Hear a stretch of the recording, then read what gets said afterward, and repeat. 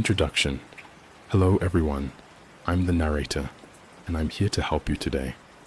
I know you're using this video to sleep, so before we start, please like the video and subscribe to the channel. Also, let me know where you're from and what time it is as you're watching. Relax and unwind. The cabin was supposed to be our escape. Instead, it became our prison. I remember the excitement in my kids' eyes as we pulled up to the secluded rental nestled deep in the pine-scented forest. My wife Sarah squeezed my hand and smiled. "This is exactly what we needed, Jack," she said, her voice filled with relief. After months of stress at work and the kids' hectic school schedules, we were all ready for a week of peace and quiet. The cabin was everything the pictures promised, rustic charm with modern amenities. Warm, knotty pine walls welcomed us inside, and a stone fireplace dominated the cozy living room. Large windows offered breathtaking views of the surrounding wilderness. As I lugged our bags inside, our kids, Ethan and Lily, raced around exploring every nook and cranny of our temporary home. Their laughter echoed through the rooms, a sound I hadn't heard enough lately. "Dad, can we go explore outside?" Ethan, our 12-year-old, was already by the back door, practically vibrating with energy. I glanced at Sarah, who nodded. "Sure, but stay close to the cabin and be back in an hour for dinner, or..." The smell of Sarah's famous chili filled the air as I settled into an armchair with a book I'd been meaning to read for months. The quiet was blissful, broken only by the occasional bird call or the rustle of wind through the trees. An hour passed, then two. The sun dipped low on the horizon, painting the sky in brilliant oranges and pinks. A knot of worry formed in my stomach. "Sarah, the kids should have been back by now," I said, setting my book aside. She frowned, wiping her hands on a dish towel. "You're right. Can you go check on them? Dinner's almost ready." I stepped out onto the back porch, the wood creaking beneath my feet. "Ethan, Lily, time to come in." My voice echoed through the trees, but no response came. The forest suddenly seemed much darker, the shadows deeper and more menacing. I jogged down the steps, leaves crunching under my feet. "Kids, this isn't funny. Come on out." A twig snapped somewhere in the darkness, and I whirled around. "Ethan? Lily?" Nothing. The knot in my stomach tightened. I pulled out my phone, cursing when I saw no signal. Of course, we were miles from the nearest cell tower. I ran back to the cabin. "Sarah, the kids aren't answering. I'm going to look for them." Her face paled. "I'll come with you." We grabbed flashlights and jackets, then plunged into the darkening forest. Our beams of light cut through the gloom, illuminating gnarled tree trunks and dense underbrush. "Ethan, Lily." We called their names until our throats were raw, but the forest remained eerily silent. An hour passed, maybe more. We'd wandered far from the cabin, and a chill seeped into my bones that had nothing to do with the cooling night air. "Jack," Sarah's voice quavered. "What if..." "No," I cut her off. "They're fine. They have to be." A rustling in the bushes nearby made us both freeze. Our flashlight beams converged on the spot, and for a moment I could have sworn I saw a pair of eyes reflecting the light. But then, nothing. "Did you see that?" Sarah whispered. I nodded, my mouth dry. "Let's head back to the cabin. Maybe they returned while we were out here." We retraced our steps, but the trees all looked the same in the darkness. My heart pounded in my chest as I realized we were lost. "Jack," Sarah's voice was tight with fear. "Where's the cabin?" Before I could answer, a blood-curdling scream pierced the night. It was Lily's voice. We ran towards the sound, branches whipping at our faces. Another scream, closer this time. Then Ethan's voice. "Dad, Mom, help." We burst into a small clearing, our flashlights illuminating a scene from a nightmare. Ethan and Lily huddled together at the base of a massive oak tree, their eyes wide with terror. And surrounding them, closing in, were shapes, dark, hunched figures that seemed to melt into the shadows. "Get away from them," I yelled, charging forward. The shapes retreated into the darkness, but I could still feel their presence watching us from just beyond the reach of our lights. I scooped Lily into my arms while Sarah grabbed Ethan's hand. "Are you okay? What happened?" Lily buried her face in my shoulder, sobbing. Ethan's voice shook as he spoke. "We got lost. It got dark so fast. And then we saw... them..." "Them?" Sarah asked. Ethan nodded, his face pale. They've been following us, watching us. We tried to find our way back, but they kept herding us deeper into the woods. A twig snapped nearby, and we all jumped. We need to get back to the cabin, I said. Now. We stumbled through the forest, the children between us. Every shadow seemed to move, every rustle of leaves a potential threat. The shapes kept pace with us, always just out of sight, but undeniably there. After what felt like hours, we finally saw the warm glow of the cabin's porch light through the trees. We ran the last 100 yards, not stopping until we were inside with the door locked behind us. Sarah immediately checked the kids for injuries while I made sure every window and door was secure. As I drew the curtains in the living room, I caught a glimpse of something moving at the edge of the trees. A dark figure standing unnaturally still, watching the cabin. I quickly closed the curtain, my hand shaking.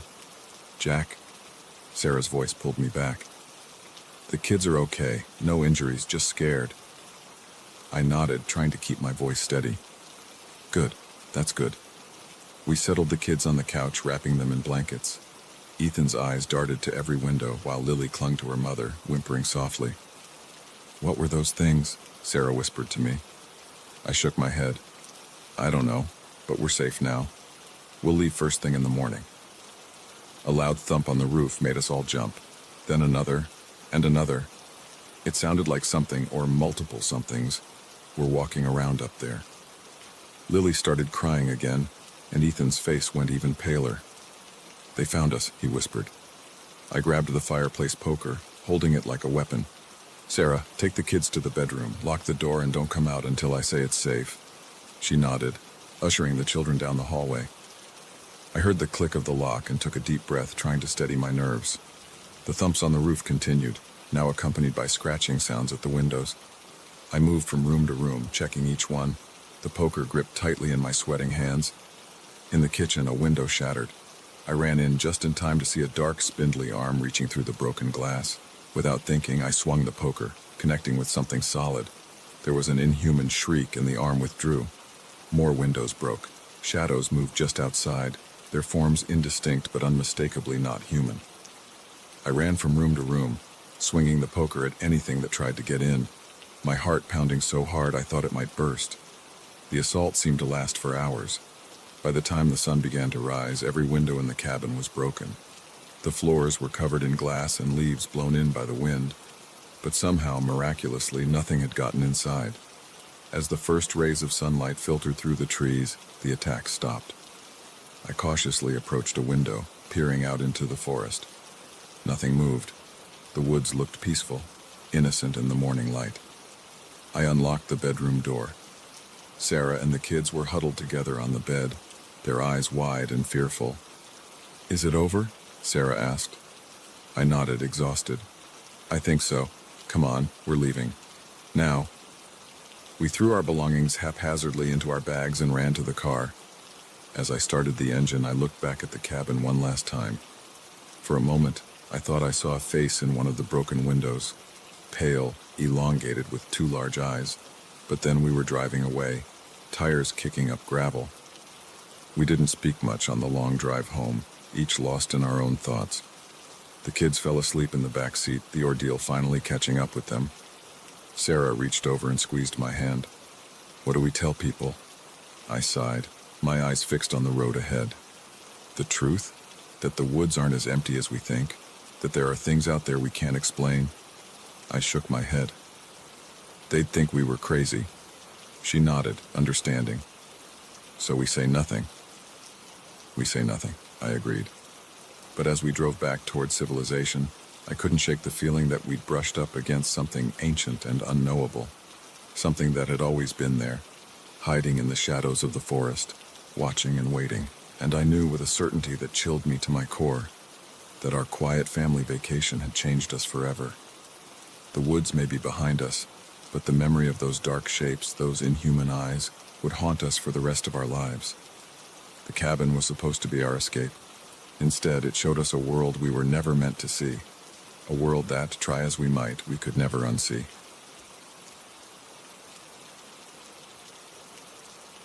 The silver tray gleamed in the dim hallway light, but its contents made my blood run cold. I never ordered room service, especially not this. I'd checked into the Blackwood Hotel earlier that evening, exhausted from a long day of meetings. The lobby was grand, all polished marble and crystal chandeliers, but there was something off about it. Maybe it was the slightly faded carpet, or the way the receptionist's smile never quite reached her eyes. "Enjoy your stay, Miss Parker," she'd said, handing me the key card. Was it my imagination, or did her fingers linger a moment too long? My room was on the 13th floor. Of course it was. I'm not usually superstitious. But as the elevator climbed, each floor number lighting up in sequence, I felt a growing sense of unease. The room itself was nice enough, spacious, with a king-sized bed and a view of the city skyline. I set my laptop on the desk, intending to get some work done before bed. That's when I noticed the first strange thing: a single red rose in a vase on the nightstand. I hadn't ordered flowers. I picked up the phone to call the front desk, but the line was dead. Odd. I reached for my cell phone instead, only to find I had no signal. Frustrating, but not entirely unusual in an old building like this. Shrugging it off, I decided to take a quick shower before diving into my work. The bathroom was all gleaming white tile and fluffy towels, but the mirror above the sink was slightly tarnished around the edges.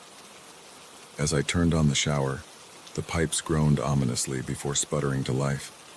The hot water helped ease some of the tension from my shoulders, but I couldn't shake the feeling that something was off. I tried to rationalize it: new place, long day, too much coffee. But the nagging sensation persisted. Wrapped in a plush hotel robe, I settled at the desk and opened my laptop. The Wi-Fi was painfully slow, each page taking ages to load. I was in the middle of answering an email when I heard it, a soft knock at the door. I froze, fingers hovering over the keyboard. It was nearly midnight. Who could be knocking? "Room service," a muffled voice called out. My brow furrowed. I hadn't ordered anything. "I'm sorry, there must be some mistake," I called back. "I didn't order room service." Silence. Then another knock, more insistent this time. Sighing, I got up and approached the door. The peephole showed an empty hallway. Great, I thought, some kid playing pranks. But when I opened the door, I found myself face to face with a silver tray. And that's where I am now, staring at its contents with growing horror. Because on that tray is a collection of items that have no business being here. A worn teddy bear I'd lost when I was 8. A mixtape an ex-boyfriend made for me in college. A pair of earrings my grandmother left me in her will, earrings that should be locked away in my apartment back home. My hands shake as I lift the tray and bring it into the room. There's a note tucked underneath the bear. With trembling fingers, I unfold it. "Welcome back, Emily. We've been waiting for you." The door slams shut behind me, making me jump. I whirl around, but there's no one there. Just the empty hallway visible through the peephole. My heart races as I try to make sense of what's happening. How did these things get here? Who brought them? And what did that note mean? Welcome back. I've never stayed at this hotel before. I grab my phone again, desperately trying to get a signal. Nothing. The room suddenly feels smaller, the air thick and oppressive. I need to get out of here. I throw on some clothes and shove my feet into my shoes, not bothering with the laces. As I reach for the door handle, the lights flicker once, twice, and then go out completely. For a moment, I'm plunged into total darkness. Then slowly, a faint green glow emanates from the items on the tray. The teddy bear's eyes seem to follow me as I back away, my back hitting the wall. A low hum fills the air, growing louder by the second. It's coming from everywhere and nowhere at once. The mirror in the bathroom begins to rattle in its frame. I fumble for the door handle, my sweaty palm slipping on the cool metal. It won't turn. I'm locked in. "Help!" I scream, pounding on the door. "Somebody help me." But my cries are drowned out by the intensifying hum. The floor beneath my feet begins to vibrate. Pictures fall from the walls, shattering on the carpet. And then, as suddenly as it began, everything stops. The lights flicker back to life, revealing a room in disarray. But the tray and its impossible contents are gone. I slump to the floor, my back against the door, trying to catch my breath. What just happened? Am I losing my mind? A new sound breaks the silence, the cheerful ping of an arriving email. My laptop, somehow undisturbed on the desk, glows with an unread message. On shaky legs, I approach it. The email is from an address I don't recognize. Blackwood Hotel at Eternal. "Com," the subject line reads. "Your stay with us." With a trembling hand, I click it open. Dear Miss Parker, we hope you're enjoying your return to the Blackwood Hotel. As a valued guest, we've taken the liberty of providing some mementos of your previous stays with us. Your room has been specially prepared to enhance your experience. We do hope you'll join us for the duration of your visit this time. Checking out early can be problematic. Sweet dreams, the management. Previous stays? I've never been here before, have I? A knock at the door makes me jump. Housekeeping, a cheery voice calls out. I approach cautiously, peering through the peephole. An older woman in a maid's uniform smiles back at me, her cart visible behind her. Against my better judgment, I open the door a crack. I'm sorry, I didn't request housekeeping. The maid's smile never wavers. Oh, but dear, you always do. Every time you stay with us, a chill runs down my spine. I've never stayed here before. I insist, my voice quavering. She laughs, a sound like brittle leaves crunching underfoot. Of course you have, Miss Parker. You've been our guest many, many times. You just never remember. Before I can respond, she pushes past me into the room. I stumble back, watching in stunned silence as she begins to tidy up the mess from earlier.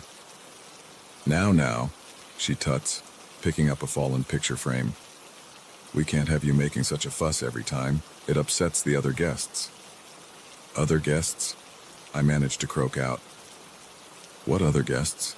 I haven't seen anyone else. The maid pauses, turning to face me with that same unchanging smile. Oh, they're here. They're always here. Just like you. She resumes her cleaning, humming softly to herself. I watch, paralyzed, as she moves around the room with practiced efficiency. When she's done, it's as if nothing had ever happened. The room is pristine, every item in its place. There we are, she says, satisfied. All better now. You should get some rest, dear. Tomorrow is always a big day here at the Blackwood. As she wheels her cart towards the door, a thought strikes me. Wait, I call out. What did you mean I never remember? What's going on here? The maid pauses in the doorway, her back to me. When she speaks, her voice has lost its cheery tone, replaced by something ancient and cold. Time works differently here, Miss Parker. For some, it's a moment. For others, an eternity. But for you, well, you're special. You keep coming back over and over, always forgetting, always reliving. It's quite fascinating, really. She turns to face me, and I gasp. Her eyes are completely black, like empty voids. Sleep now, she says softly. When you wake, it will all begin again. And who knows? Maybe this time you'll finally remember. The door closes behind her with a soft click. I rush to open it, but it's locked once more. The room spins around me as a wave of dizziness hits. I stumble to the bed, my limbs suddenly heavy. As my eyes close against my will, the last thing I see is the vase on the nightstand. A fresh red rose has appeared, its petals gleaming in the low light. In the morning, I'll wake up in my own bed, in my own apartment. I'll go about my day, attend my meetings, and eventually check into the Blackwood Hotel, tired from a long day of travel. The receptionist will smile, not quite reaching her eyes, and say, "Enjoy your stay, Miss Parker," and it will all begin again.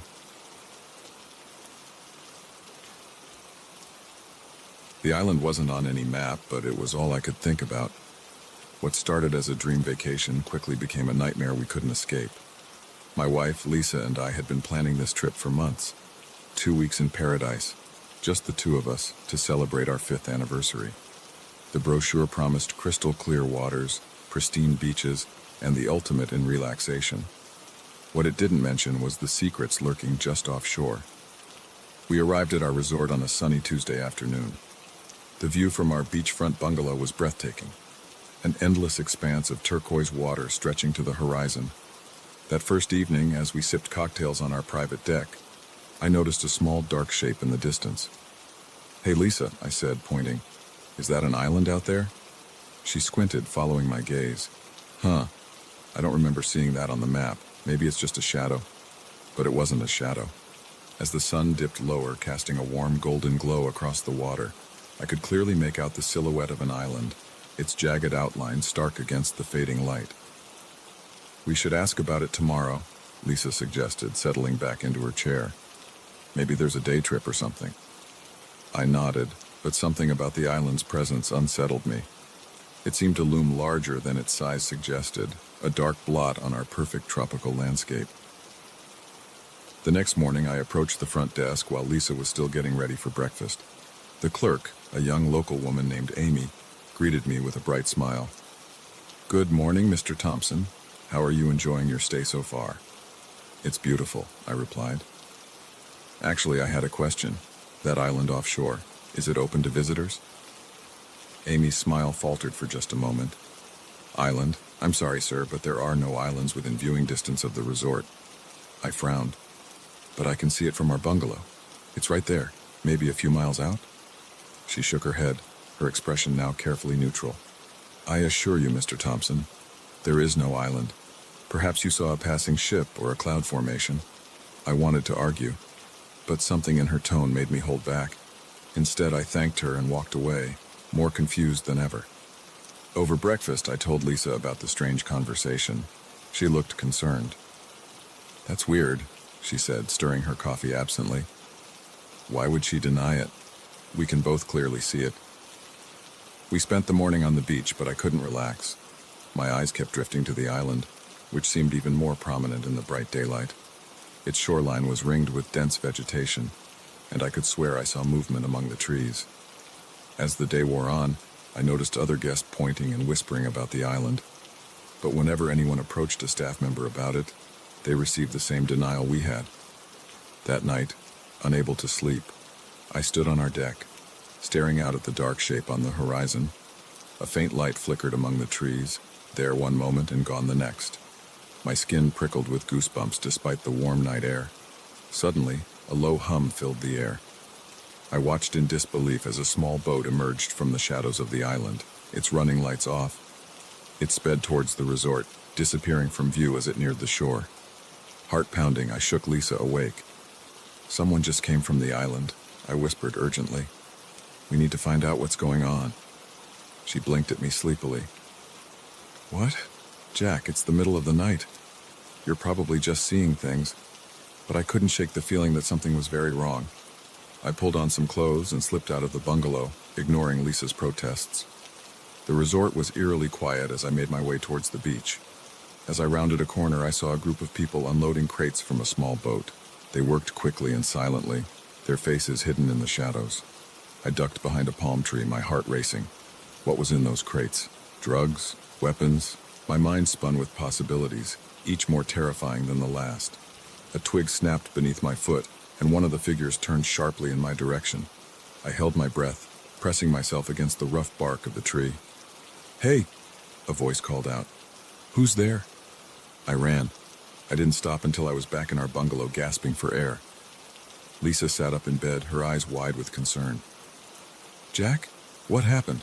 I told her everything I'd seen, the words tumbling out in a frantic rush.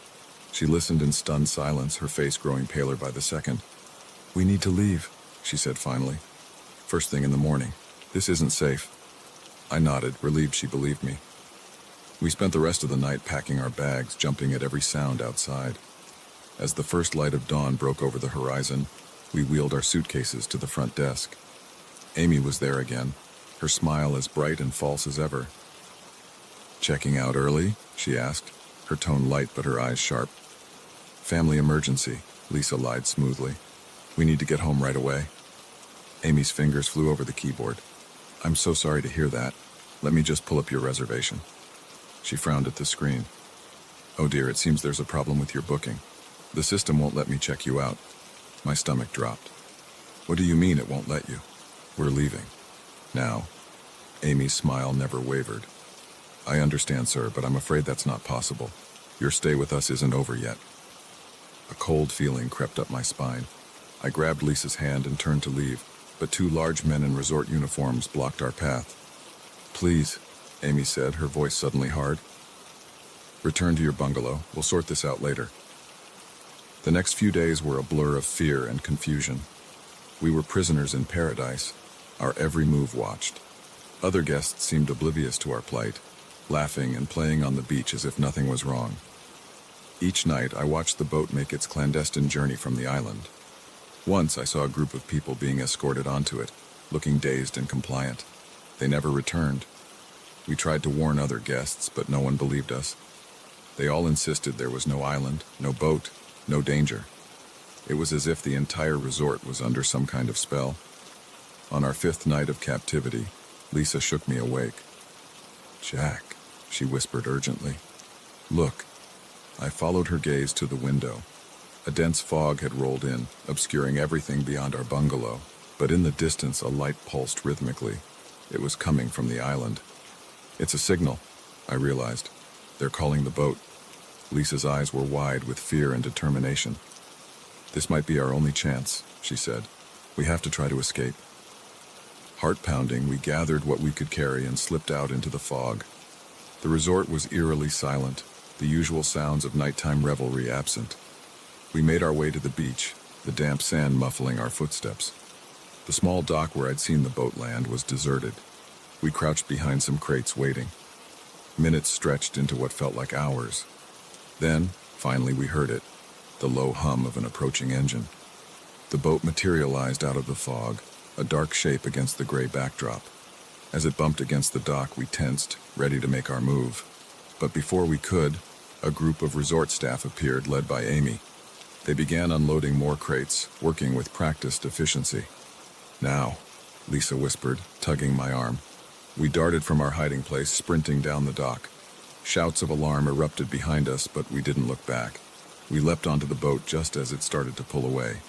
The captain, a grizzled man with hard eyes, turned to us in shock. "What the—" I didn't let him finish. Adrenaline pumping, I tackled him, wrestling for control of the wheel. Lisa grabbed a nearby rope, quickly binding the man's hands and feet. Breathing heavily, I took the wheel, steering us into the fog. Behind us, angry voices faded into the distance. As we neared the island, its true nature became clear.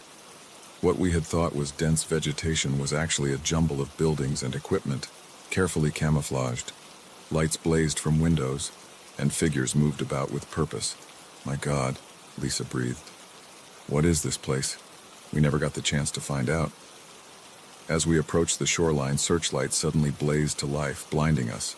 Alarms blared, and I could hear the sound of more boats approaching. "We have to go back," I said, my voice shaking. "We can't dock here." Lisa nodded, her face pale but determined. I spun the wheel, turning us back towards the open sea. We sped past the other boats, their occupants shouting and gesturing wildly. For hours, we pushed the little boat to its limits, always staying just ahead of our pursuers. As dawn broke, we finally spotted another island in the distance, a real one this time, with a bustling port and normal-looking buildings. We docked among a cluster of fishing boats, our legs shaky as we set foot on solid ground. The local police were skeptical of our story at first, but the boat's captain, once untied, corroborated enough of it to launch an investigation. Weeks later, we learned the truth. The resort was a front for a massive human trafficking operation. The island served as a processing center, where people were sorted and shipped off to buyers around the world. Hundreds of victims were rescued, and a network of corrupt officials and business owners was exposed. Lisa and I returned home, shaken but grateful to be alive. We never did take another tropical vacation. Some paradises, we learned, are better left unexplored.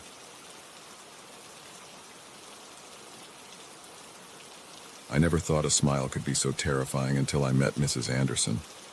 Her friendly wave became the herald of my nightmares, and her constant presence turned our dream home into a prison of paranoia. It all started the day we moved in. The moving truck had just pulled away, leaving boxes strewn across our new front lawn. I was struggling with a particularly heavy one when I heard a cheerful voice behind me. "Welcome to the neighborhood." I turned to see a woman in her 60s, impeccably dressed with a plate of cookies in her hands. Her smile was wide, almost too wide, stretching across her face in a way that didn't quite reach her eyes. "I'm Margaret Anderson," she said, extending the plate. "I live next door. Thought you might need a little pick-me-up after all that heavy lifting." "Thanks," I said, taking a cookie. "I'm Sarah. My husband Tom and our kids are inside somewhere, probably arguing about where to put the couch." Mrs. Anderson's eyes lit up. "Oh, you have children? How wonderful. I do so love the sound of little ones playing." Something in her tone made me pause mid-bite.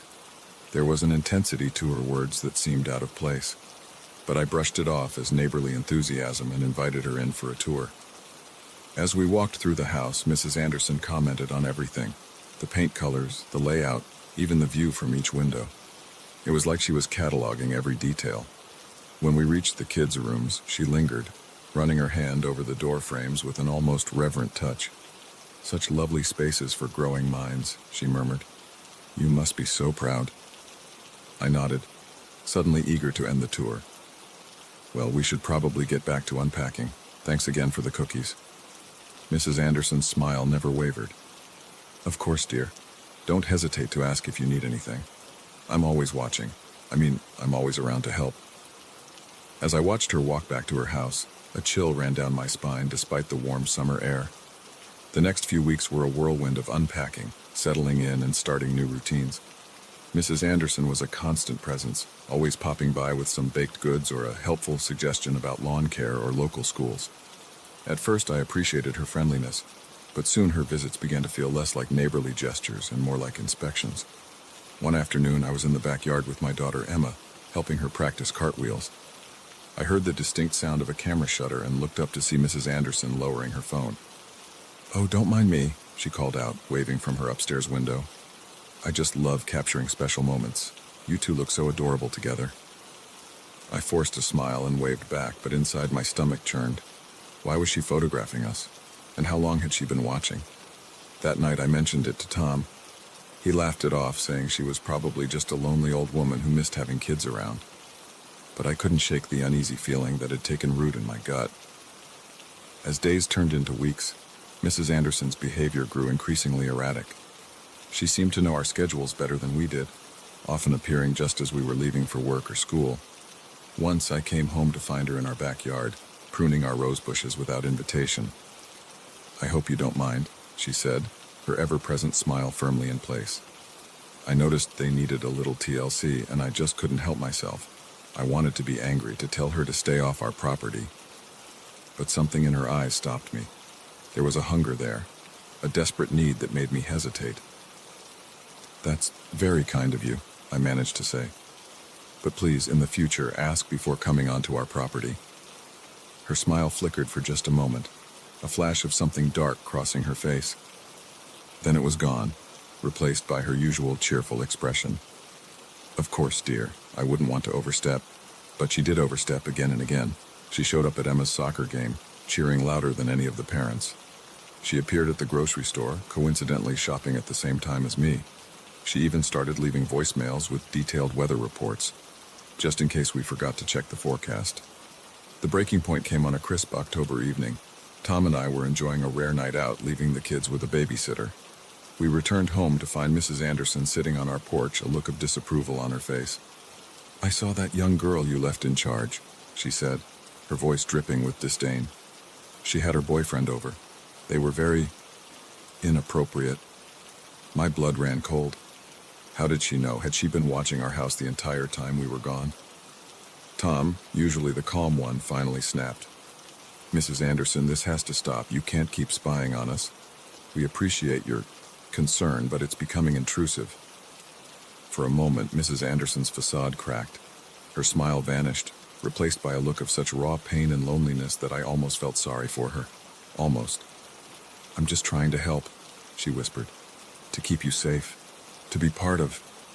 She trailed off, her eyes filling with tears. Tom softened slightly.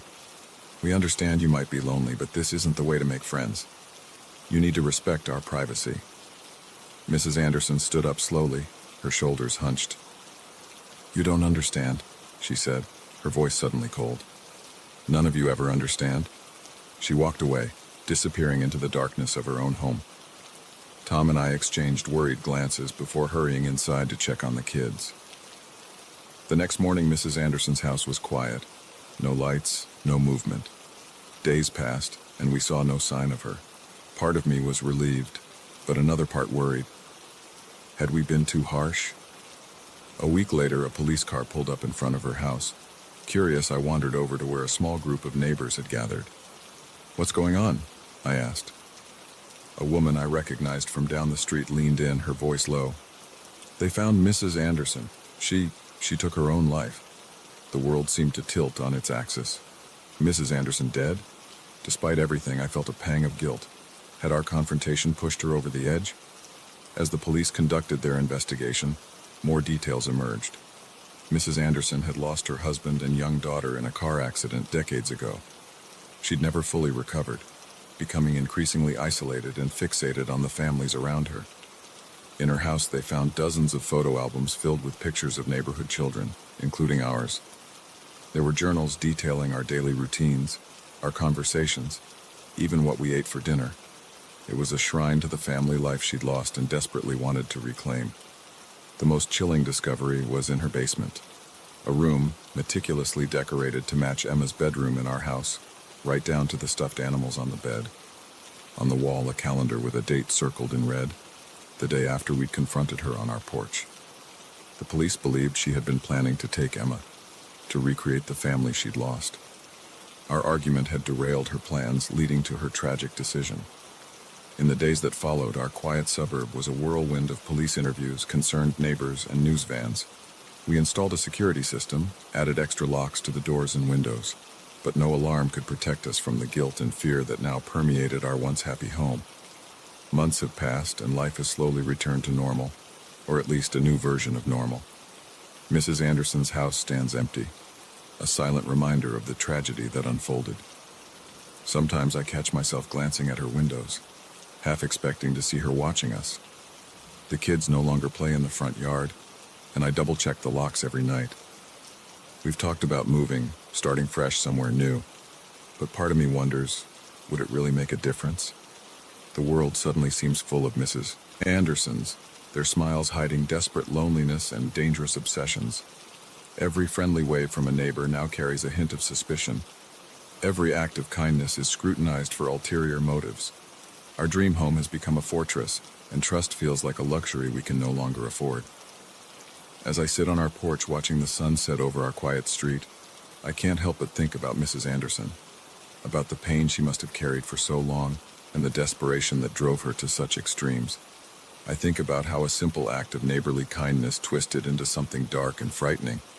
And I wonder, as I watch a new family move into Mrs. Anderson's old house, their children laughing as they explore their new home, how well do we ever really know our neighbors? What secrets lie behind those friendly smiles and waves? And how do we balance openness and caution in a world where the greatest dangers might be hiding in plain sight, just on the other side of a white picket fence? The sun dips below the horizon, casting long shadows across our lawn. I stand up, take one last look at Mrs. Anderson's old house, and go inside.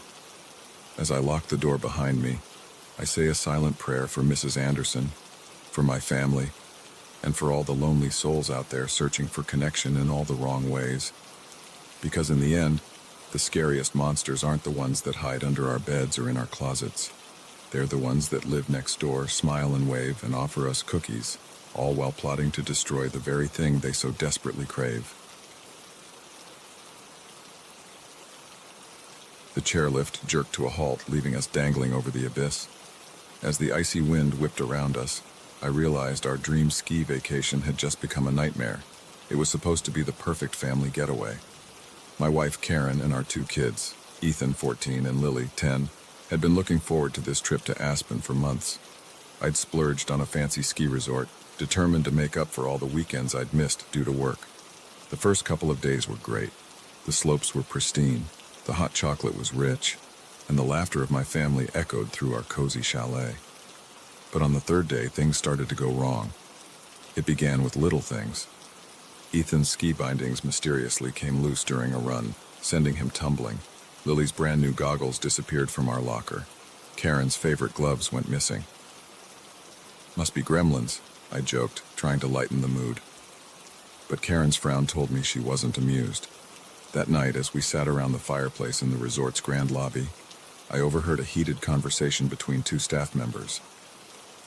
"It's happening again," one whispered urgently, "just like last season." "Shh," the other hissed, glancing nervously around the room. Their eyes met mine and they quickly dispersed. A chill that had nothing to do with the temperature ran down my spine. What was happening again? And why did they look so scared? The next morning, we decided to try a new trail. As we approached the chairlift, I noticed the operator looked tense, his eyes darting back and forth. "Everything okay?" I asked as we prepared to board. He plastered on a smile that didn't reach his eyes. "Of course, sir. Enjoy your ride. We were about halfway up the mountain when the lift shuddered to a stop. At first we thought it was just a momentary pause. These things happen, right? But as minutes ticked by, a sense of unease settled over us. "Dad, I'm cold," Lily whimpered, huddling closer to Karen. "It's okay, sweetie," I reassured her, even as doubt gnawed at my gut. They'll get us moving soon. But they didn't. The wind picked up, howling around us like a hungry beast.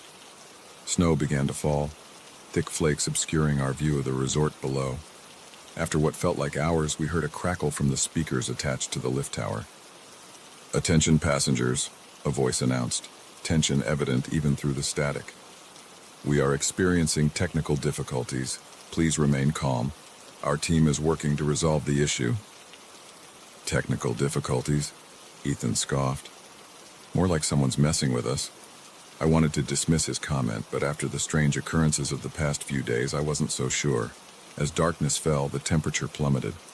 We huddled together, sharing what little warmth we could. Lily had long since stopped complaining, her silence more worrying than her earlier whimpers. Suddenly, a scream pierced the night, coming from further up the mountain. Karen grabbed my arm, her fingers digging in painfully. "What was that?" she whispered, her breath visible in the frigid air. Before I could respond, we heard it again, a horrifying shriek that seemed to echo off the surrounding peaks. It was followed by a series of loud cracks and a rumbling that shook our lift chair. "Avalanche?" I breathed, my heart racing. But it didn't sound quite right. The rumbling was too rhythmic, almost like footsteps. A massive shape loomed out of the darkness, moving with impossible speed for its size. It was vaguely humanoid but grotesquely misshapen, with limbs that seemed too long and a head that was little more than a gaping maw. As it passed beneath us, I caught a glimpse of its eyes, cold, dead things that nonetheless burned with malevolent intelligence. It was carrying something, a limp form that I realized with horror was a person. "Oh my God," Karen gasped, clapping a hand over her mouth. The creature paused, its head swiveling in our direction. For a heart-stopping moment, I was sure it had heard us, but then it continued on, disappearing into the swirling snow. "Dad," Ethan's voice quavered, all teenage bravado gone. "What the hell was that?" I shook my head, unable to form words. My mind raced, trying to make sense of what we'd just seen. It was impossible, and yet the lift jerked back to life so suddenly that we nearly fell out. As we descended, I saw figures moving rapidly on the slopes below, their headlamps cutting through the darkness. When we reached the bottom, a group of grim-faced resort staff was waiting. They hurried us inside, their eyes darting nervously to the mountain looming behind us. The lobby was chaos. Guests were demanding answers, children were crying, and the staff looked overwhelmed. I managed to pull aside one of the employees I recognized from earlier. "What's going on?" I demanded. "What was that thing up there?" He paled, glancing around before leaning in close. "You saw it?" he whispered. When I nodded, he cursed under his breath. "They said it was just a story, a legend to scare the tourists. But it's real. The Wendigo is real." "Wendigo?"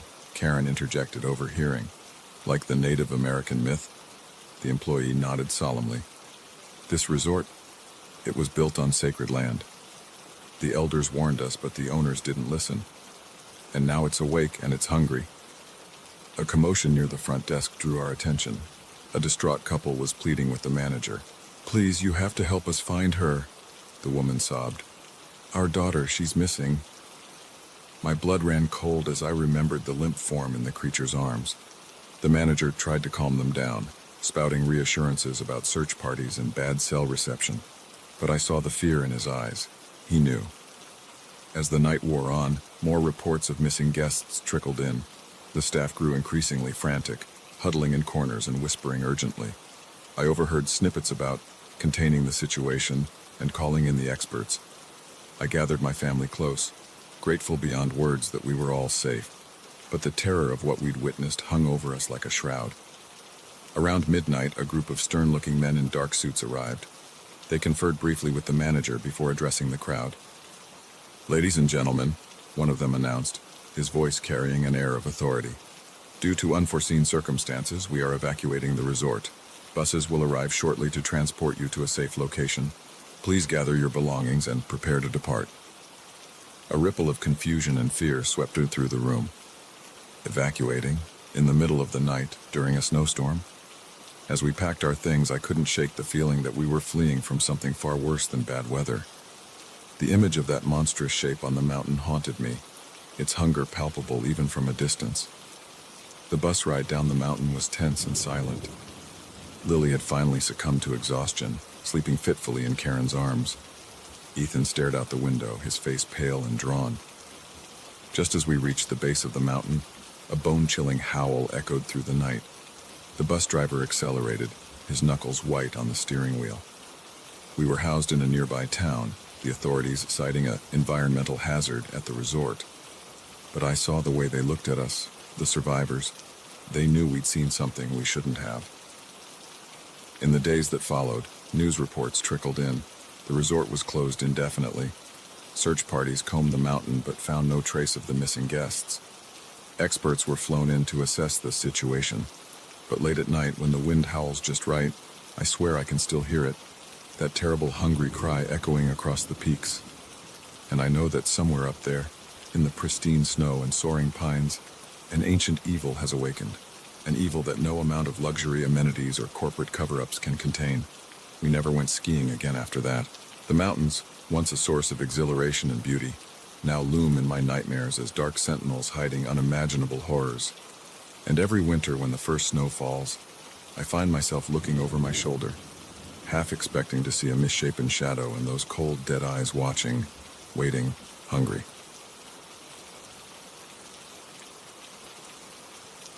The old house creaked and groaned, but it wasn't the pipes that kept me awake that night. It was the woman in the basement, her eyes wild and her words even wilder. I've been an emergency plumber for 15 years and I thought I'd seen it all.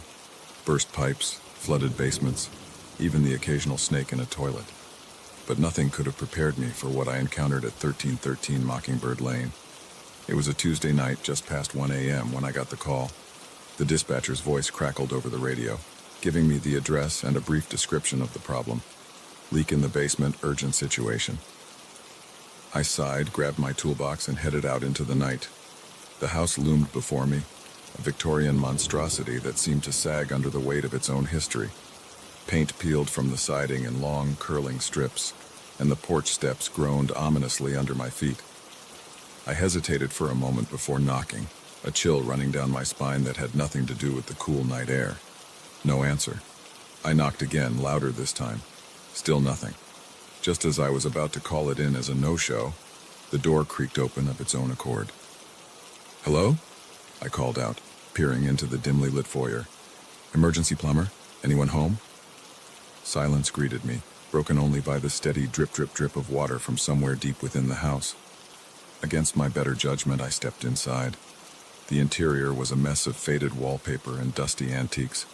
A single bulb flickered weakly in the hallway, casting long shadows that seemed to move when I wasn't looking directly at them. The dripping sound grew louder as I made my way towards what I assumed was the basement door. As I reached for the handle, a voice drifted up from below, so faint I almost missed it. "Down here," it whispered, sending a shiver through me. "Please help me." I hesitated, my hand hovering inches from the door. Every instinct screamed at me to turn around, to get out of this house and never look back. But I was here to do a job, and someone clearly needed help. Taking a deep breath, I opened the door and descended into the darkness. The basement was a cavern of shadows, lit only by the weak beam of my flashlight. Water glistened on the concrete floor, reflecting the light in eerie patterns. And there, huddled in the far corner, was a woman. She was older, maybe in her 60s, with wild gray hair and eyes that seemed too large for her face. Her clothes were soaked, clinging to her thin frame like a second skin. As my light fell on her, she blinked rapidly like a creature unused to illumination. "Ma'am," I said, approaching cautiously. "I'm here about the leak. Are you all right?" She didn't answer directly, just kept muttering under her breath, her eyes darting around the room as if following invisible movements. As I got closer, I could make out some of her words. "They're coming. The walls are too thin. Can't keep them out much longer." A chill ran down my spine. This was way above my pay grade. I needed to fix the leak and get out of here fast. I spotted the source of the problem quickly enough, a rusted pipe near the ceiling, water spraying in a fine mist. As I set to work, the woman's muttering grew louder, more frantic. "You don't understand," she said, suddenly clear. "The water isn't the problem. It's what's in the water." I tried to focus on my task, but her words wormed their way into my mind. "What do you mean, ma'am?" She crawled closer, her movements jerky and unnatural. "They use the pipes, you see, to get in, to whisper their secrets. But I've been listening. Oh yes, I've been listening for years." My hands shook as I tightened the last bolt. The leak slowed to a trickle, then stopped altogether. In the sudden silence, the woman's breathing seemed unnaturally loud. "There," I said, forcing a smile. "All fixed. Now, is there someone I can call for you? Family, maybe?" She laughed, a high, brittle sound that set my teeth on edge. "Family? Oh no, dear boy, they're long gone. Taken, you see. But I outsmarted them. I'm the only one left." I backed away slowly, my toolbox clutched to my chest like a shield. "Right. Well, if you're sure you're okay, I'll just be going then." As I turned to leave, her hand shot out, gripping my ankle with surprising strength. "Wait," she cried. "You have to listen, you have to understand." I tried to pull away, but her grip was like iron. "Let go, ma'am, please." Her eyes locked onto mine, and in that moment I saw something in their depths that turned my blood to ice. It wasn't madness I saw there, or at least not just madness. It was knowledge, terrible, burdensome knowledge that no human was meant to possess. "They're in the pipes," she whispered, her voice taking on a sing-song quality. "In the walls, in the very air we breathe. Watching, waiting. And now that you've fixed the leak, you've opened the door for them." A low rumble filled the air, like distant thunder, but the sky had been clear when I arrived. The woman's grip tightened, her nails digging into my skin. "Do you hear them?" she asked, a manic grin spreading across her face. "They're coming, and this time they're coming for you." With a burst of panic-fueled strength, I wrenched my leg free and bolted for the stairs. Behind me, the woman's laughter echoed off the damp walls, rising to a hysterical pitch. I took the steps 2 at a time, my heart pounding in my chest. As I reached the top, a gust of wind slammed the basement door shut, plunging me into darkness. I fumbled for the handle, my fingers slipping on the smooth metal. The rumbling grew louder, and I swore I could hear voices in it now. Countless whispers layered over each other, speaking in languages I couldn't understand, but that filled me with a primal dread. Finally, the door gave way, and I stumbled into the hallway. I didn't stop running until I was out of the house and in my truck, my hand shaking so badly I could barely get the key in the ignition. As I peeled away from the curb, I glanced in my rearview mirror. The woman stood in the doorway, her pale face gleaming in the moonlight, and behind her, in the windows of the upper floors, I saw shapes moving, fluid, impossible shapes that hurt my eyes to look at. I drove through the night, not stopping until I was miles away, and the sun was peeking over the horizon. Only then did I pull over and try to make sense of what had happened. The logical part of my brain tried to rationalize it all away. The woman was clearly disturbed, and the rest was just my imagination running wild in a creepy old house. But deep down, I knew better. I had glimpsed something that night, something ancient and alien and utterly terrifying. In the weeks that followed, I couldn't shake the feeling that I was being watched. Water made me nervous. Every dripping faucet, every puddle on the street seemed to hide unspeakable horrors. I started taking showers instead of baths, and I never lingered long under the spray. I considered quitting my job, but the thought of someone else encountering what I had, someone unprepared, kept me at it. I became known as the guy you called for the weird jobs, the ones in the old houses that other plumbers avoided. And every time I work on a pipe or fix a leak, I listen carefully. Not just for the normal sounds of water and metal, but for something else. For whispers. For the rumble of something stirring in the depths. Because now I know the truth that the woman in the basement tried to warn me about. The pipes aren't just for water. They're conduits for things we were never meant to encounter. And somewhere out there in the vast network of pipes and sewers that runs beneath our feet, those things are waiting, watching. And one day they'll find their way in.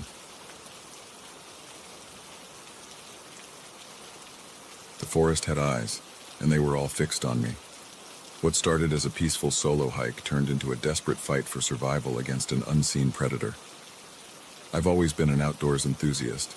There's something about the solitude of nature that recharges my soul like nothing else. So when I had a few days off work, I decided to tackle a challenging trail in the remote wilderness of the Pacific Northwest. The morning I set out was perfect crisp autumn air, a light mist hanging over the trees, and the promise of adventure ahead. I parked my car at the trailhead, double-checked my backpack, and set off into the woods with a spring in my step. The first few hours were everything I'd hoped for. The trail wound through ancient forests, the towering trees creating a cathedral-like canopy above me. I stopped occasionally to take photos or consult my map, reveling in the peaceful solitude. It wasn't until early afternoon that I first felt it, a prickling sensation on the back of my neck, as if someone was watching me. I whirled around, half expecting to see another hiker, but the trail behind me was empty, the forest still and silent. I shook off the feeling and pressed on, but it lingered, growing stronger with each passing mile. The woods seemed to close in around me, the shadows deepening despite the midday sun. More than once I caught movement out of the corner of my eye, only to find nothing when I turned to look. As the day wore on, my unease grew. The trail markers became less frequent, and I found myself checking my map more often. The cheerful birdsong that had accompanied me earlier faded away, replaced by an oppressive silence broken only by the crunch of leaves under my boots. I was considering turning back when I heard it, a low, guttural sound that was neither human nor any animal I recognized. It echoed through the trees, seeming to come from everywhere and nowhere at once. My heart rate spiked, and I picked up my pace, no longer caring about the scenery. The sound came again, closer this time. I broke into a run, my backpack bouncing painfully against my spine. Branches whipped at my face as I veered off the trail, driven by blind panic. I had no idea where I was going, only that I needed to get away from whatever was behind me. I ran until my lungs burned and my legs felt like lead. Finally, I collapsed against a tree, gasping for breath.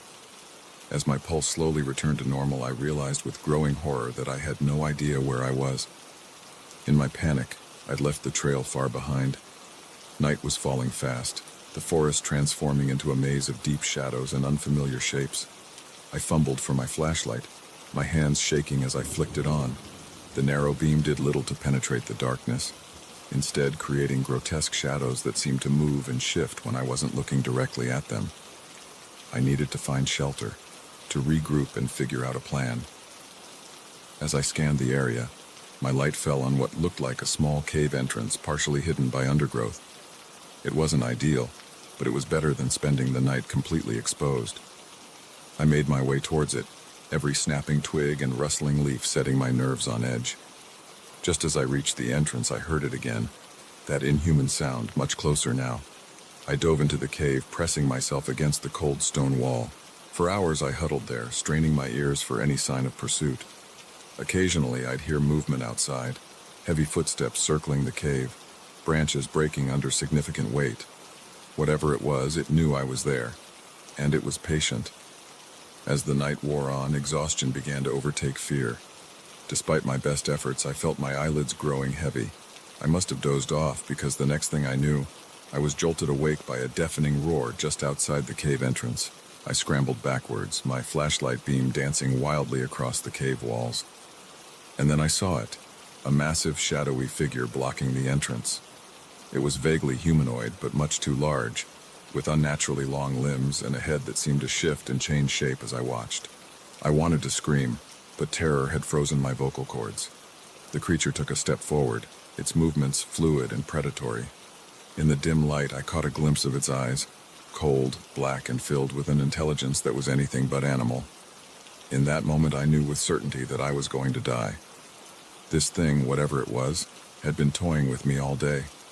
The hunt was over and I had lost. But as it reached for me, a strange calm settled over me. If this was how it ended, I wasn't going to cower in the corner. I gripped my flashlight tightly and lunged forward, swinging it with all my might at the creature's head. To my utter shock, it connected. The thing reeled back with a shriek of pain or surprise. I wasn't sure which. Not waiting to see if I'd actually heard it, I ran. I burst out of the cave and into the pre-dawn forest, my feet barely touching the ground as I flew between the trees.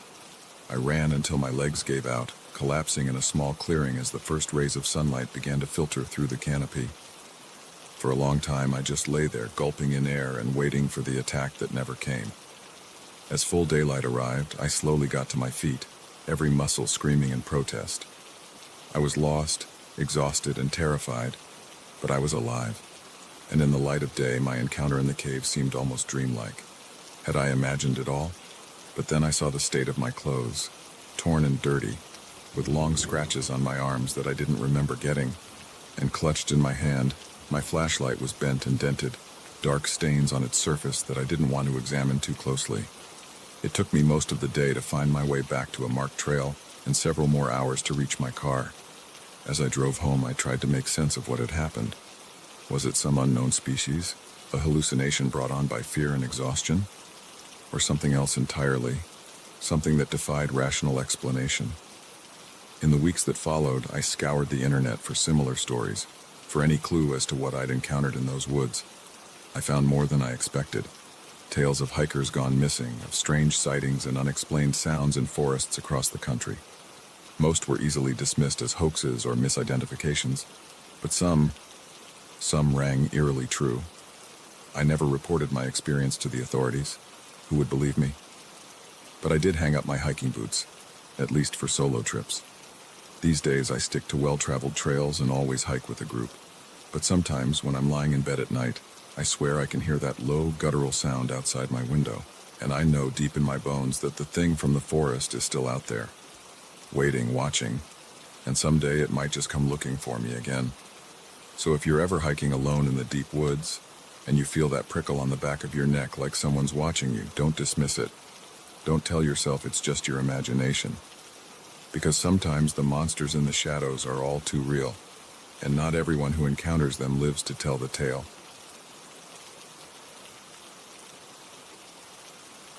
I never thought a kiss could taste like danger until I met him. What started as a harmless flirtation in our sleepy town quickly spiraled into a nightmare I couldn't escape. When Mark and I moved to Millbrook, we were full of hope. The quaint streets lined with maple trees and the friendly faces of our neighbors promised the fresh start we desperately needed after years of grinding in the city. Mark threw himself into his new remote job, and I set about making our little fixer-upper into a home. It was at one of those endless town socials that I first met James. He stood out immediately, tall with a rugged charm that seemed at odds with the wholesome small-town vibe. Our eyes met across a sea of gingham and polo shirts, and I felt a jolt of electricity I hadn't experienced in years. "New in town?" he asked, sidling up to me at the punch bowl. His voice was deep, with a hint of gravel that sent shivers down my spine. I nodded, suddenly tongue-tied. "Sarah," I managed, extending my hand. "My husband and I just moved here last month." If the mention of my husband bothered him, he didn't show it. "James," he replied, his hand lingering on mine a moment too long. "Welcome to Millbrook. I have a feeling you're going to shake things up around here." I laughed, but there was an intensity in his gaze that made me both thrilled and uneasy. As I watched him walk away, I tried to shake off the feeling that something momentous had just occurred. Over the next few weeks, I found myself running into James everywhere. At the grocery store, the local coffee shop, even on my morning jogs. Each encounter left me feeling flushed and slightly breathless. I told myself it was harmless, just a little excitement to break up the monotony of small-town life. But then came the night of the summer festival. Mark was stuck on a work call, so I went alone. The streets were alive with music and laughter, strings of lights turning the town square into a magical wonderland. And there was James, looking devastatingly handsome in a simple white t-shirt and jeans. "Dance with me," he said, pulling me close before I could protest. The band was playing a slow, sultry tune, and as we swayed together, the rest of the world seemed to fade away. I don't know who moved first, but suddenly his lips were on mine. It was electric, passionate, everything I'd been missing. For a moment, I forgot about Mark, about our life together, about everything except the feel of James's arms around me. Then reality came crashing back. I pulled away, mumbling apologies, and fled into the night. My heart raced, torn between exhilaration and guilt. What had I done? The next morning, a bouquet of red roses arrived at our door. The card simply read, "Until next time." I hid them in the garage, my stomach churning with a mixture of desire and dread. I tried to avoid James after that, but it seemed impossible in such a small town. He was always there, his eyes following me, a knowing smile playing on his lips. Slowly, almost imperceptibly, our encounters became more frequent, more intense. A brush of hands at the farmer's market, a lingering glance across the church pews. Each time I felt myself being pulled deeper into his orbit. It was wrong, I knew that. I loved Mark. Our marriage wasn't perfect, but it was solid, built on years of trust and shared dreams. And yet I couldn't deny the thrill that coursed through me every time I saw James. One rainy afternoon, I ran into him at the bookstore. We got to talking about our favorite authors, and before I knew it, hours had passed. As we stood outside under the awning, watching the rain fall, he turned to me. "I can't stop thinking about you, Sarah," he said, his voice low and urgent. "I know you feel it too. We could be amazing together." I wanted to resist, to walk away, but instead, I found myself nodding. "Yes," I whispered, and then his lips were on mine again. What followed was a whirlwind of stolen moments and passionate encounters. We met in secret, always careful to avoid prying eyes. James was intoxicating, making me feel alive in ways I'd forgotten were possible. But with each clandestine meeting, the weight of my guilt grew heavier. It was Mark's worried face that finally snapped me out of it. "Are you okay, honey?" he asked one night, his brow furrowed with concern. "You seem distant lately." The genuine love and care in his eyes was like a bucket of cold water. What was I doing? I was throwing away a good man, a good life, for what? A fling? That night I ended things with James. It was harder than I expected. He didn't take it well. "You can't just walk away from this," he said, his eyes flashing with an emotion I couldn't quite place. "What we have is special." I stood my ground even as my heart ached. "It's over, James. I'm sorry, but I love my husband. This was a mistake. I thought that would be the end of it. I was wrong." The next day I found a note tucked under my windshield wiper. "I'm not giving up on us," it read. I crumpled it up, my hands shaking. But it didn't stop there. Texts from unknown numbers, hang-up calls in the middle of the night. Once I could have sworn I saw him standing outside our house just watching. Fear began to creep in, replacing the excitement I'd once felt. I changed my routines, always looking over my shoulder. But James seemed to be everywhere, his presence a constant, looming threat. One night I woke to the sound of breaking glass. Heart pounding, I shook Mark awake. "There's someone in the house," I whispered. We crept downstairs, Mark armed with a baseball bat. In the kitchen we found a broken window and muddy footprints leading to the back door. Nothing was taken, but on the fridge was a note. "You're mine." We called the police, but without concrete proof, there wasn't much they could do. "Probably just kids," the officer said, but the look he gave me said he didn't believe it any more than I did. The incidents escalated. My tires were slashed. Dead flowers were left on our porch. Each time the police were sympathetic but helpless. And through it all, James maintained his innocence, always with that same intense, unsettling smile. "You're being paranoid, Sarah," he said when I confronted him outside the grocery store. "I'm not doing anything. Maybe you're just feeling guilty about throwing away the best thing that ever happened to you." His words sent chills down my spine. There was a coldness in his eyes I'd never seen before, a glimpse of something dark and dangerous lurking beneath the charming exterior. I became a prisoner in my own home, jumping at every sound, afraid to go out alone. Mark was supportive, but I could see the strain it was putting on our marriage. The very thing I'd tried to protect by ending the affair was now being torn apart by its aftermath.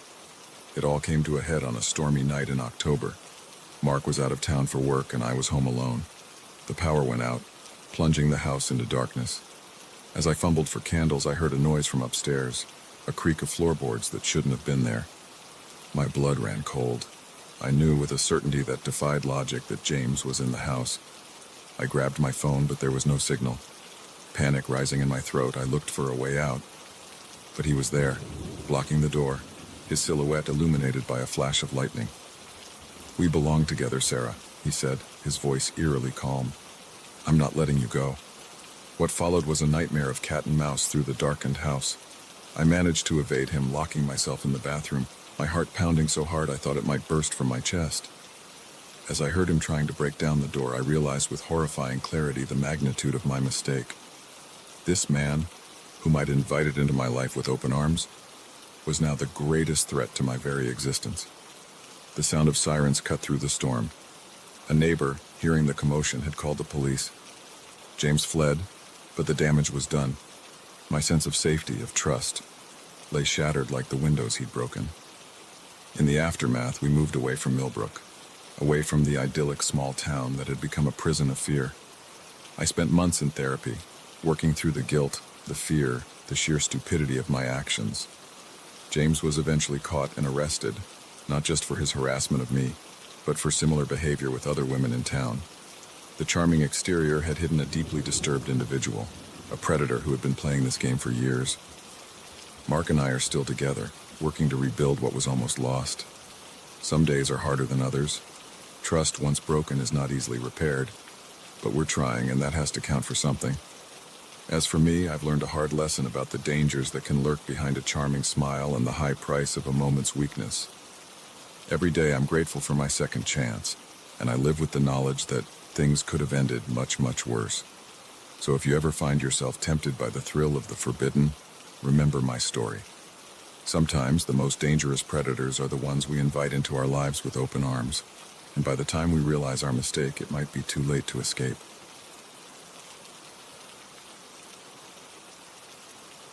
The library was supposed to be quiet, but the whispers I heard that night were anything but peaceful.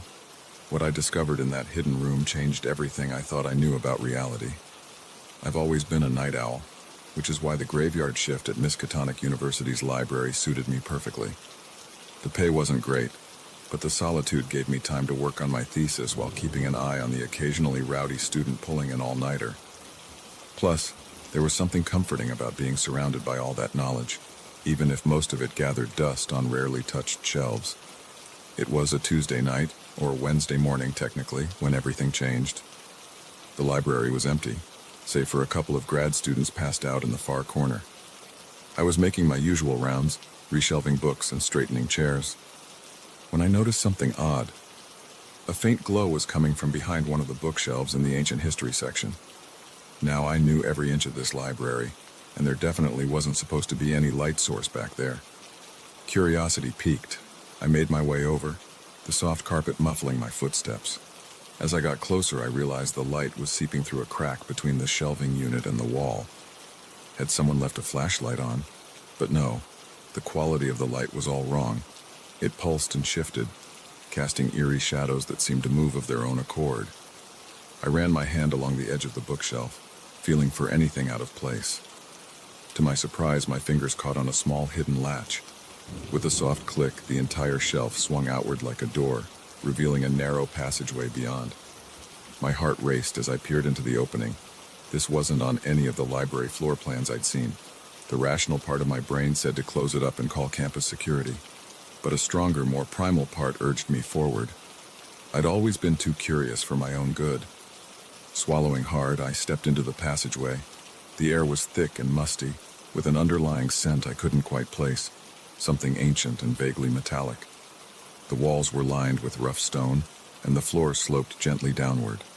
The strange, pulsing light grew stronger as I descended. After what felt like an eternity, but was probably only a few minutes, the passage opened up into a circular room. And what a room it was. My jaw dropped as I took in the scene before me. The walls were covered in intricate symbols and diagrams, some carved directly into the stone, others painted in what looked disturbingly like dried blood. Shelves lined the room, packed with books that looked far older than anything in the main library. But it was the center of the room that truly caught my attention. A pedestal stood there, and atop it sat an object that defied description. It seemed to shift and change as I looked at it, never quite settling on a single form. Sometimes it appeared as an ancient tome, its cover writhing with tentacles. Other times it was a crystalline structure that hurt my eyes to look at directly. And through it all, it pulsed with that same eerie light that had drawn me here. I approached cautiously, my curiosity overriding my growing sense of dread. As I got closer, I could hear it. Whispers, countless voices speaking in languages I'd never heard before. They seemed to be coming from the object itself, growing louder with each step I took. My hand reached out of its own accord, drawn to the shifting thing on the pedestal. Just before my fingers made contact, a voice cut through the whispers, clear as day. "I wouldn't do that if I were you." I spun around, my heart nearly leaping out of my chest. An old man stood in the doorway, his white hair wild and his eyes gleaming with an unsettling intensity. I recognized him vaguely, Professor Armitage from the Occult Studies Department. I'd seen him around campus, but never spoken to him directly. What is this place?" I managed to stammer out. Armitage stepped into the room, his gaze fixed on the object behind me. "This, my young friend, is where we keep the real knowledge, the kind the world isn't ready for." He proceeded to explain, in a maddeningly calm voice, that the university had been protecting and studying artifacts of great and terrible power for generations. This room, and others like it hidden throughout the campus, contained truths that could reshape or destroy our understanding of reality. "But why show me?" I asked, still struggling to process everything. "Why not just send me away?" Armitage's expression turned grim. "Because you found your way here, which means you're now a part of this, and we need all the help we can get." Over the next few hours, as the night gave way to dawn, Armitage gave me a crash course in eldritch horrors and cosmic truths. He spoke of ancient beings that slumbered beneath the earth and beyond the stars, of cults that sought to wake them, and of the thin veil that separated our reality from chaotic dimensions beyond imagining. My head spun with information overload, but one thing became clear. The world was a far stranger and more dangerous place than I'd ever realized. And now, whether I liked it or not, I was part of a secret group tasked with keeping that danger at bay. As the first rays of sunlight began to filter through the library's high windows, Armitage led me back to the hidden door. "Go home, get some rest," he said. "But be back here tomorrow night. There's much to learn, and time is not on our side." I nodded numbly, still reeling from everything I'd seen and heard. As I turned to leave, Armitage placed a hand on my shoulder. "And remember," he said, his voice low and urgent, "speak of this to no one. The fate of the world may depend on our secrecy." The next few weeks were a blur of nighttime lessons and mind-bending revelations. By day, I went through the motions of my normal life, attending classes and working on my thesis. But my nights were filled with ancient tomes, arcane rituals, and discussions of cosmic horrors that threatened to drive me mad. I learned to read languages that had been dead for millennia, and to recognize signs of otherworldly influence in everyday events. Armitage and the other members of what I came to know as the Library Guard taught me protective spells and how to shield my mind from psychic attacks. But it wasn't all academic. One night, about a month after my initial discovery, alarms blared throughout the hidden chambers. A group of cultists had broken into one of the other secret rooms on campus, attempting to steal an artifact that could open a portal to a dimension of pure chaos. Heart-pounding, I followed Armitage and the others as we raced across the moonlit campus. We arrived just in time to see the cultists completing a ritual, a swirling vortex of energy forming in the air before them. What followed was like something out of a nightmare. We fought not just against the cultists, but against tentacled horrors that began to squeeze through the forming portal. I found myself chanting spells I'd only recently learned, my voice joining with the others to create a barrier of pure will against the encroaching madness. In the end, we managed to close the portal and subdue the cultists, but the cost was high. 2 of our group lay dead, their minds shattered by what they'd seen. And I would never be the same. As we stood there, panting and shell-shocked in the aftermath, Armitage turned to me with a grim smile. "Still sure you want to be a part of this?" he asked. I looked around at the destruction, at the bodies of both allies and enemies, at the scorch marks on the walls where reality itself had begun to fray. And despite the terror still coursing through my veins, I knew there was only one answer. "Someone has to do it," I said. "If not us, then who?" Armitage nodded, a mix of pride and sadness in his eyes. "Welcome to the Library Guard, kid. The hours are hell, the pay is non-existent, and the retirement plan is probably an early grave or a padded cell. but we're the only thing standing between humanity and utter annihilation. As we made our way back to the library to clean up and debrief, I couldn't help but think about how much my life had changed in just a few short weeks. The quiet night security job I'd taken to help pay for grad school had turned into a frontline position in a secret war against cosmic horrors. I thought about the students peacefully sleeping in their dorms, the professors preparing lectures on mundane subjects, the world going about its business in blissful ignorance, and I realized that ignorance truly was bliss. But knowledge, terrible as it might be, was power, and we needed all the power we could get. So now, when you see me shelving books or shushing noisy students, know that there's more going on than meets the eye. The library is still quiet, but the whispers never truly stop. And in the hidden rooms beneath your feet, a battle rages to keep reality itself intact. Sweet dreams, and pray you never have to wake up to the truth I live with every day.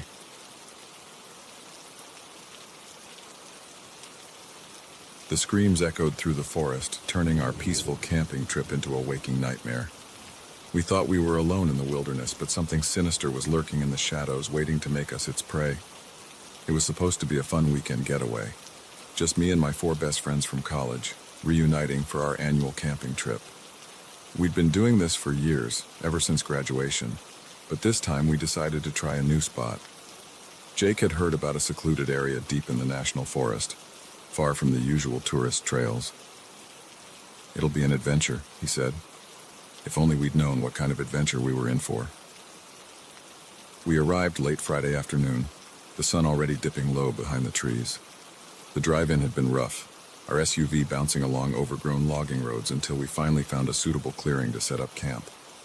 As we pitched our tents and gathered firewood, I couldn't shake a nagging feeling of unease. The forest seemed too quiet, the shadows between the trees too deep. "Relax, Alex," Lisa said, noticing my tense expression. "You're just not used to being this far from civilization. Enjoy the peace and quiet." I forced a smile and nodded, but the knot in my stomach refused to unwind. As night fell, we gathered around the campfire, passing around beers and swapping stories like we always did. Yet even as we laughed and reminisced, I found myself constantly glancing into the darkness beyond our little circle of light. It was close to midnight when we heard it. A scream, distant but unmistakable, cutting through the night air like a knife. We all froze, our laughter dying in our throats. "What the hell was that?" Mike whispered, his eyes wide. "Probably just a mountain lion," Jake said, but his voice lacked conviction. "They can sound pretty human sometimes." We listened intently, but the forest had fallen silent again. Slowly, conversation resumed, though more subdued than before. I could see the others casting furtive glances into the woods, just as I had been doing all night. As we were about to turn in, we heard it again, closer this time, and undeniably human. A scream of pure terror that made my blood run cold. "That's no animal," Sarah said, her voice shaking. "Someone's in trouble out there." We debated what to do. The smart thing would have been to stay put, to call for help on the satellite phone we'd brought for emergencies. But the screams continued, growing more desperate, and we knew we couldn't just sit there and do nothing. Armed with flashlights and a couple of hunting knives, we set out into the dark forest. The beam of my flashlight seemed pathetically inadequate against the vast darkness surrounding us. Every snapping twig, every rustle of leaves set my nerves on edge. We'd been walking for maybe 20 minutes when Mike suddenly stopped short. "Guys," he said, his voice barely above a whisper. "Look." His flashlight beam illuminated something on the ground, a scrap of fabric, torn and blood-stained. A few feet beyond it, we found a shoe, then another piece of cloth. It was like following a grotesque trail of breadcrumbs. The screaming had stopped, which somehow made everything worse. The silence pressed in on us, broken only by our ragged breathing and pounding hearts. We pushed on, deeper into the woods. The trail of discarded items continued, becoming more frequent, and then we smelled it, a sickly sweet odor that turned my stomach. As we rounded a large boulder, our lights fell upon a sight that would haunt my nightmares for years to come. It was a clearing, but unlike any natural formation. The ground had been cleared in a perfect circle, the earth packed down and marked with strange symbols. At its center stood a crude altar, little more than a flat stone slab raised on pillars of stacked rocks. And on that altar, I'll spare you the details of what we saw. Suffice it to say, we found the source of the screams, though they would never scream again. Sarah retched, doubling over. Jake cursed under his breath. I stood frozen, my mind refusing to process the horror before me. That's when we heard the chanting. It started low, almost subliminal, but quickly grew in volume. Figures emerged from the trees, cloaked in dark robes, their faces hidden in deep hoods. There must have been at least 24 of them, forming a circle around us before we could even think to run. Well, well, a voice rang out, smooth and cultured, entirely at odds with the barbaric scene. It seems we have some uninvited guests. A figure stepped forward, lowering his hood. He was older, with silver hair and piercing blue eyes that seemed to glow in the moonlight. His smile was pleasant, almost fatherly, but there was a coldness behind it that made my skin crawl. We don't often get visitors out here, he continued. The energies of this place tend to discourage wanderers. But you, my young friends, you heard our call and came. How wonderfully brave of you. Call? Lisa managed to choke out. Those were screams. You killed someone. The man's smile never wavered. A necessary sacrifice, I'm afraid. The old ones demand tribute, and who are we to deny them? But now that you're here, well, I think they'll be quite pleased with the bounty we can offer tonight. It happened so fast. The cultists surged forward, grabbing us before we could react. I felt rough hands seizing my arms, a sharp pain as something pricked my neck. The world began to spin, voices becoming distant and distorted. I fought against the encroaching darkness, struggled to keep my eyes open. The last thing I saw before unconsciousness took me was the old man's face. Those cold blue eyes staring into mine as he spoke words I couldn't understand. I awoke to the sound of dripping water. My head pounded, my mouth dry as sand. As my eyes adjusted to the dim light, I realized I was in some kind of cave. The others were there too, still unconscious, bound hand and foot like I was. Fear and adrenaline helped clear the fog from my mind. I worked at my bonds, ignoring the pain as the rough rope bit into my wrists. After what felt like hours, I managed to free one hand, then the other. I quickly untied my ankles and moved to help my friends. One by one they stirred, groggy and disoriented. We spoke in whispers, piecing together what had happened. None of us knew how long we'd been out or where exactly we were. All we knew was that we had to get out before those cultists came back. The cave had only one entrance, sealed by a heavy wooden door. It was locked, of course, but years of rock climbing had taught me a thing or two about problem solving. Using a broken piece of stalagmite and some shoelaces, I managed to create a crude lockpick. It took several tense minutes, but finally we heard the beautiful sound of the lock clicking open. We crept through dark, twisting tunnels, every shadow seeming to hide potential danger. Eventually, we saw a faint glow ahead, moonlight filtering in through an opening. Freedom was so close we could taste it, but as we approached the cave mouth, we heard voices. The cultists were out there, dozens of them engaged in some kind of ritual. Their chanting echoed off the cave walls, the words in no language I recognized, but filling me with a sense of creeping dread. We huddled in the shadows, trying to formulate a plan. That's when we saw it, a shape in the sky, descending towards the gathered cultists. It was huge, defying description, its form seeming to shift and change as it moved. All I know is that looking at it filled me with a terror so profound, so primal, that I thought I might lose my mind. "We have to go," I whispered urgently. Now, while they're distracted, we made a break for it, sprinting past the oblivious cultists and into the woods beyond. Behind us, we heard shouts of alarm, then sounds that I can only describe as otherworldly, a cacophony of shrieks and roars that seemed to come from everywhere at once. We ran until our lungs burned and our legs felt like jelly. Somehow, miraculously, we found our way back to our campsite. We piled into the SUV, not even bothering to grab our gear, and tore out of there like bats out of hell. It wasn't until we hit the main highway, the first glimmers of dawn breaking on the horizon, that we finally felt safe enough to stop. We pulled over at a rest area and just sat there in silence, each of us trying to process what we'd been through. What do we do now?" Sarah finally asked, her voice small and scared. I thought about it for a long moment. "We go to the police," I said. "We tell them everything." And we did, but of course they didn't believe us. How could they? Our story sounded insane, even to our own ears. They found our campsite untouched except for some animal tracks. No sign of any cult activity, no mysterious cave, nothing to corroborate our tale. In the end, we were left with nothing but our memories and the nightmares that followed. We don't go camping anymore, at least not together. Some friendships can't survive the weight of shared trauma, of knowing things we were never meant to know. But sometimes, on dark nights when the wind howls just right, I swear I can still hear those chants, still see that shape descending from the sky. And I wonder, with a mixture of dread and morbid curiosity, what might have happened if we hadn't escaped. What horrors await in those deep, dark woods, and how long before they spill out into the world beyond? So if you're ever camping in the wilderness and you hear screams in the night, don't investigate. Don't try to help, just run. Run as fast and as far as you can.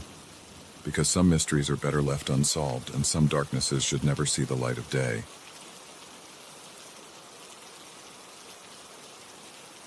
The headlights in my rearview mirror were relentless, growing larger with each passing second. What started as an ordinary drive home turned into a terrifying game of cat and mouse on a lonely stretch of highway. It was just past midnight when I left the office.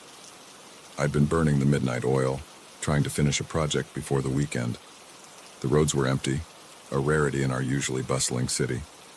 I was looking forward to getting home, maybe having a glass of wine, and finally relaxing. As I merged onto the highway, I noticed a pair of headlights behind me. Nothing unusual about that, I thought. But as the minutes ticked by, I realized the car wasn't just going in the same direction. It was matching my every move. When I changed lanes, it changed lanes. When I slowed down, it slowed down. When I sped up, trying to put some distance between us, it accelerated to match. A knot of unease began to form in my stomach. I tried to get a better look at the driver in my rearview mirror, but the glare from the headlights made it impossible. All I could see was a dark silhouette, featureless and menacing. "You're being paranoid," I muttered to myself. "It's just someone going the same way. Relax." But I couldn't relax. Every instinct I had was screaming that something was wrong. I decided to test my theory. At the next exit, I signaled and took the off-ramp at the last second. The car behind me swerved sharply, cutting across 2 lanes of traffic to follow me. My heart leaped into my throat. This was no coincidence. I accelerated, hoping to lose them in the unfamiliar side streets. But they stayed right on my tail, their engine roaring as they kept pace. I took random turns, my palms sweating on the steering wheel, but nothing I did seemed to shake them. As I barreled down a residential street, the car behind me suddenly sped up. With a sickening crunch, they rammed into my rear bumper. I screamed, fighting to keep control as my car fishtailed. "What do you want?" I yelled, knowing they couldn't hear me but unable to contain my fear and frustration. I managed to straighten out, but now the game had changed. This wasn't just following anymore. This was an attack. I had to get help. I fumbled for my phone, trying to keep one eye on the road and one on my pursuer. But as I went to dial 911, I realized with horror that I had no signal. Of course, we were in a dead zone, miles from the nearest cell tower. The car rammed me again, harder this time. I felt my back tires leave the ground for a terrifying moment before slamming back down. Ahead, I saw the road curved sharply. If they hit me again on that turn... At the last second, I yanked the wheel hard, swerving onto a dirt road I'd barely noticed. My pursuer, caught off guard, shot past me. I heard the squeal of brakes as they tried to correct, but it was too late. Their momentum carried them into a ditch. I should have felt relief, but I knew this was far from over. I accelerated down the dirt road, not caring where it led as long as it was away from here. Dust billowed behind me, obscuring my view of anything that might be following. After what felt like hours but was probably only minutes, I saw lights ahead. A gas station, its fluorescent glow a beacon of hope in the darkness. I pulled in, tires screeching, and practically fell out of my car. The attendant, a bored-looking teenager, glanced up from his phone. His eyes widened as he took in my disheveled appearance and the state of my car. "Please," I gasped. "I need help. Someone's after me. Can I use your phone?" He nodded, reaching under the counter for an ancient landline. As I dialed 911 with shaking fingers, I heard the roar of an engine approaching. "They're coming," I whispered, panic rising in my throat. The attendant, to his credit, acted quickly. He ushered me behind the counter and hit a button that locked the store's doors. We crouched down, peering over the edge of the counter as a car pulled into the lot. It was a dark sedan, nondescript except for the crumpled front end, evidence of our earlier collision. The driver's door opened slowly, and a figure emerged. In the harsh fluorescent light, I finally got a good look at my pursuer. It was a man, tall and broad-shouldered, wearing a black hoodie pulled low over his face. He stalked towards the store, his movements predatory and purposeful. When he reached the doors and found them locked, he began to pound on the glass. The whole store seemed to shake with each impact. "Come out," he shouted, his voice muffled but unmistakably angry. "I know you're in there." The attendant and I huddled closer together, neither of us daring to make a sound. I could hear the 911 operator on the phone, assuring me that help was on the way. But would it arrive in time? The pounding stopped abruptly. For a moment I thought maybe he'd given up. Then I heard a new sound, the tinkling of breaking glass. He was smashing the door. "We need to run," the attendant whispered urgently. "There's a back door through the stockroom." We crawled towards the rear of the store, the sound of shattering glass spurring us on. Just as we reached the stockroom door, I heard the crunch of boots on broken glass. He was inside. We raced through the stockroom, knocking over boxes in our haste. Behind us, I could hear him cursing, the sound of items being thrown aside as he searched for us. The back door was mercifully unlocked. We burst out into the cool night air, gulping it down in desperate breaths. In the distance, I could hear sirens approaching. Help was almost here, but our pursuer was closer. The door banged open behind us, and I heard a roar of rage. Without looking back, I ran. The attendant and I split up, him heading towards the road while I made for a wooded area behind the station. I could hear heavy footsteps behind me, getting closer with each second. He'd chosen to follow me. The woods were dark, the ground uneven. I stumbled over roots and rocks, branches whipping at my face as I ran blindly forward. My lungs burned, my legs ached, but terror kept me moving. Suddenly, the ground disappeared from under me. I tumbled down a steep embankment, rocks and twigs tearing at my clothes and skin. When I finally came to a stop, I lay there for a moment, dazed and winded. Then I heard it, the sound of someone sliding down the embankment after me. I scrambled to my feet, ignoring the pain that shot through my body. But I'd only taken a few steps when a hand grabbed my ankle, yanking me back. I fell hard, the breath knocked out of me. As I gasped for air, I was roughly flipped onto my back. The man loomed over me, his face finally visible in the moonlight that filtered through the trees. He was younger than I'd expected, maybe in his early 30s. His features were twisted with rage, his eyes wild and unfocused. In his hand, he held a wicked-looking knife. "Why?" I managed to choke out. "Why are you doing this?" For a moment, confusion flickered across his face. Then he laughed, a harsh, humorless sound. "Why? Because you cut me off back on the highway. Nobody disrespects me like that." I stared at him in disbelief. All of this, the chase, the terror, the violence, over something so trivial, something I didn't even remember doing. Before I could respond, the woods were suddenly illuminated by flashing lights. The sirens, which had faded into the background of my panic, were now deafeningly close. The man's head snapped up, his eyes widening in fear. For a second, he seemed frozen, unsure whether to finish what he'd started or run. That moment of hesitation was all I needed.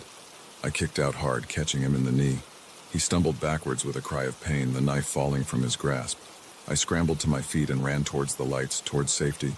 Behind me, I could hear shouts and the crashing of underbrush as the police gave chase. When I finally emerged from the woods, I was immediately surrounded by officers. They wrapped me in a blanket, asked if I was hurt, told me I was safe now. As the adrenaline wore off, I began to shake uncontrollably. They caught him, of course. He didn't get far, not with a whole squad of police on his tail.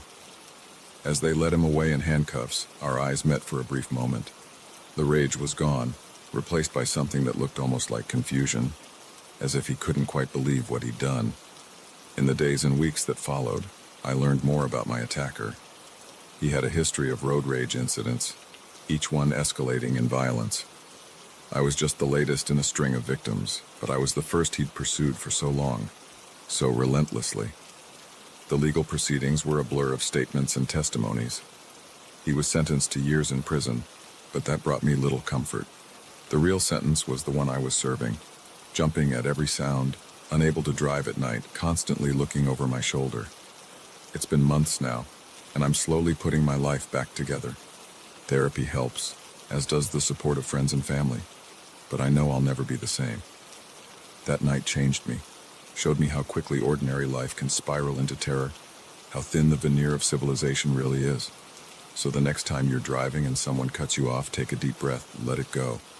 Because you never know what's going on in someone else's mind, what demons they're wrestling with, and you never know when a moment of anger might turn into a nightmare that changes lives forever.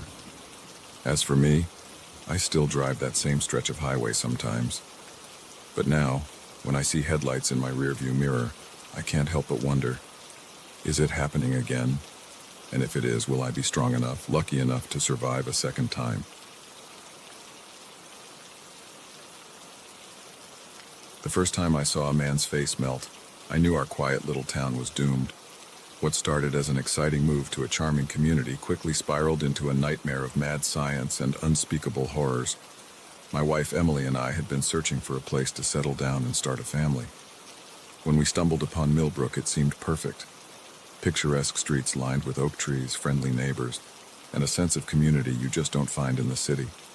The old Victorian house we bought needed some work, but I was handy enough to tackle most of it. Our first few weeks in Millbrook were idyllic.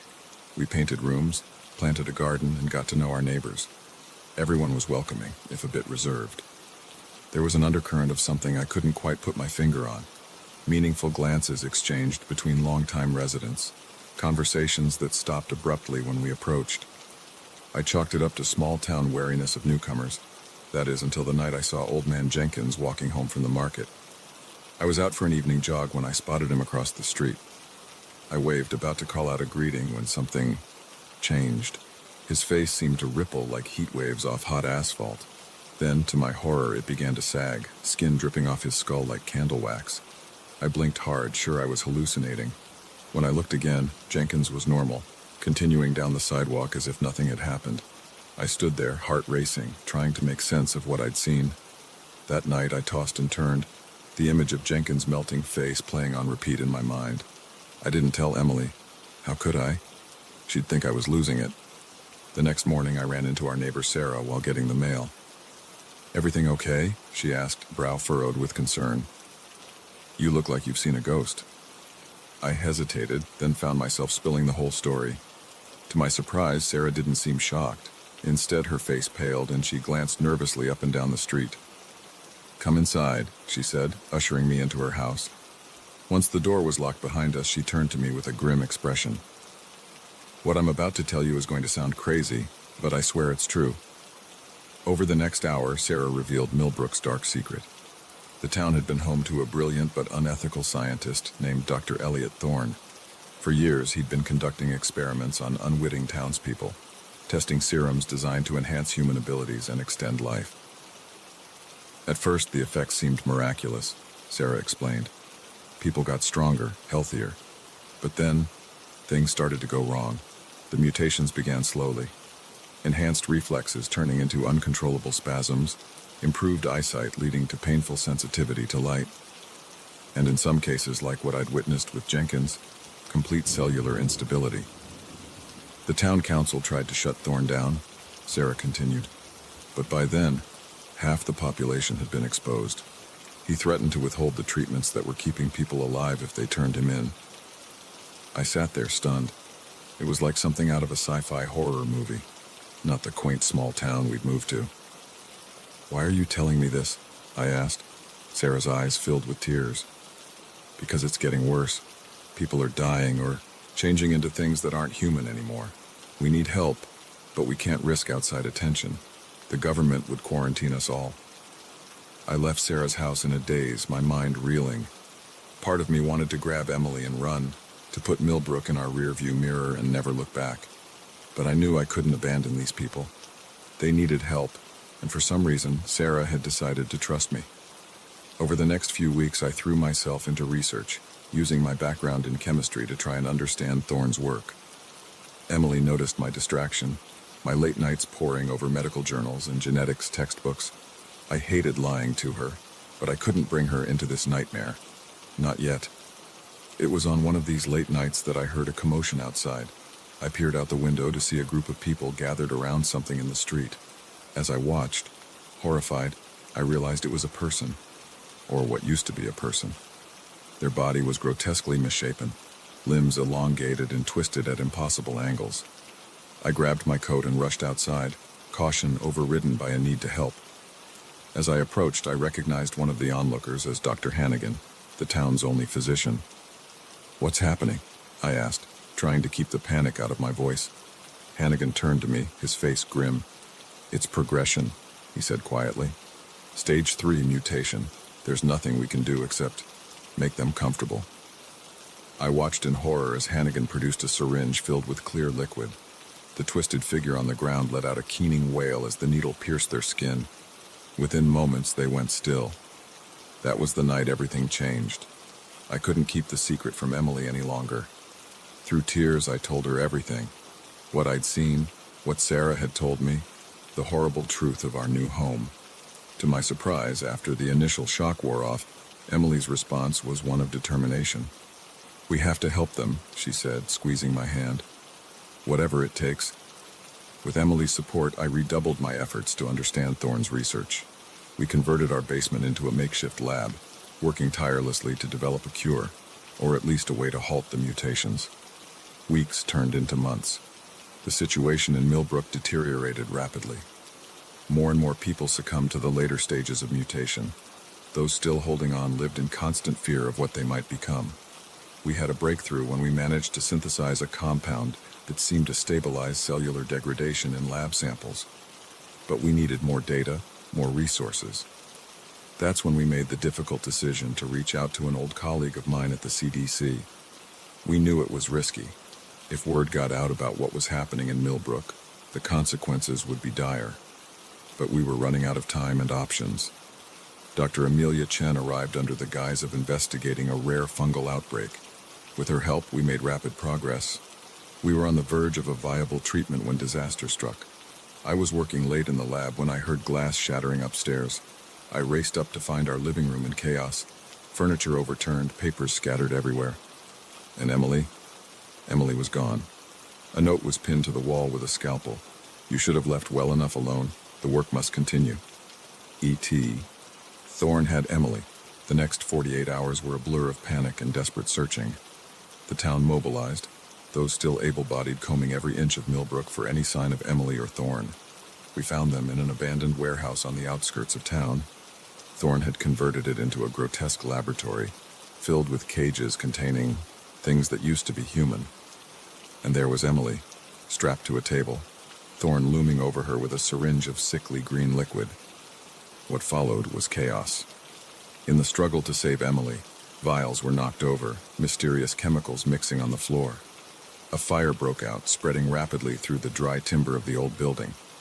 We managed to get Emily and as many of Thorne's victims as we could to safety. But Thorne himself, along with his research, was lost to the flames. In the aftermath, we worked tirelessly to administer the treatment we'd developed. It wasn't a cure, but it halted the mutations, giving the people of Millbrook a chance at something resembling a normal life. The official story was a chemical spill and fire that caused widespread illness. The CDC contained it, the government paid for ongoing medical care, and Millbrook slowly began to heal. But those of us who know the truth will never forget. The scars, physical and emotional, run deep. Every time I look at Emily, I'm reminded of how close we came to losing everything. Millbrook is quiet now, peaceful even.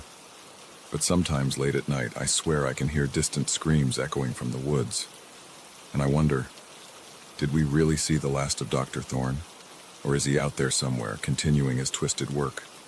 One thing's for certain, I'll never look at a small town the same way again. Because you never know what secrets might be lurking behind those picket fences and friendly smiles. Sometimes the most horrifying monsters are the ones we create ourselves.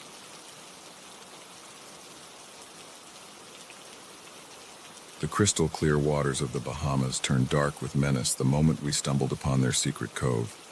What started as a carefree day of jet skiing became a desperate fight for survival against an enemy we never saw coming. It was our third day in paradise. My girlfriend Mia and I had been saving for this vacation for months. determined to make the most of every sun-soaked minute. We'd spent the first couple of days lounging on the beach, sipping fruity cocktails, and generally letting the stress of our regular lives melt away under the tropical sun. But today we were feeling adventurous. We'd rented a pair of jet skis, eager to explore the coastline and maybe find a secluded spot for a private picnic. The rental guy gave us a map, pointing out the best areas and warning us about some shallow reefs to avoid. "Stay within sight of the resort," he advised with a friendly smile. "It's easy to get turned around out there." We nodded, only half listening. We were too excited about the prospect of zipping across those impossibly blue waters to pay much attention to warnings. For the first hour or so, it was everything we'd hoped for. The wind in our hair, the spray of the sea on our faces, the thrill of speed as we raced each other from one picturesque cove to another. We were living in a postcard and loving every second of it. It was Mia who spotted it first, a narrow opening in the cliffs that lined the shore, barely visible unless you were looking right at it. "Let's check it out," she called over the roar of the jet ski's engines. I hesitated for a moment. We drifted pretty far from the resort, and that little voice in the back of my head was reminding me of the rental guy's warning. But Mia's excited grin was infectious, and my own curiosity got the better of me. "All right," I shouted back. "But just a quick look." We maneuvered our jet skis through the opening, the cliffs rising up on either side of us like ancient guardians. The passage widened, revealing a hidden cove that took our breath away. Pristine white sand bordered crystal clear water, so still it looked like glass. It was like we'd discovered our own private piece of heaven. We beached the jet skis and waded ashore, marveling at the untouched beauty surrounding us. "Can you believe this?" Mia said, her eyes wide with wonder. "It's like no one's ever been here before." But as we explored the small beach, an uneasy feeling began to creep over me. There was something off about this place. The silence was too complete, the stillness too perfect. It felt less like paradise and more like a carefully constructed set. That's when I noticed the first red flag. Literally. Half buried in the sand near the tree line was a scrap of red fabric. As I bent to examine it, I realized it was part of a life jacket, torn and stained with what looked disturbingly like blood. "Mia," I called out, my voice tight. "I think we should go." But Mia wasn't listening. She was staring at something in the water, her face pale. "Jake," she whispered. "Look." I followed her gaze and felt my blood run cold.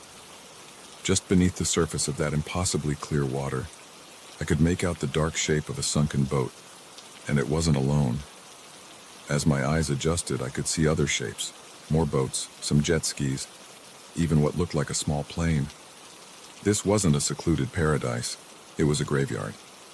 Before I could process what I was seeing, the relative quiet was shattered by the roar of approaching engines. 3 speedboats appeared at the entrance to the cove, cutting off our escape route.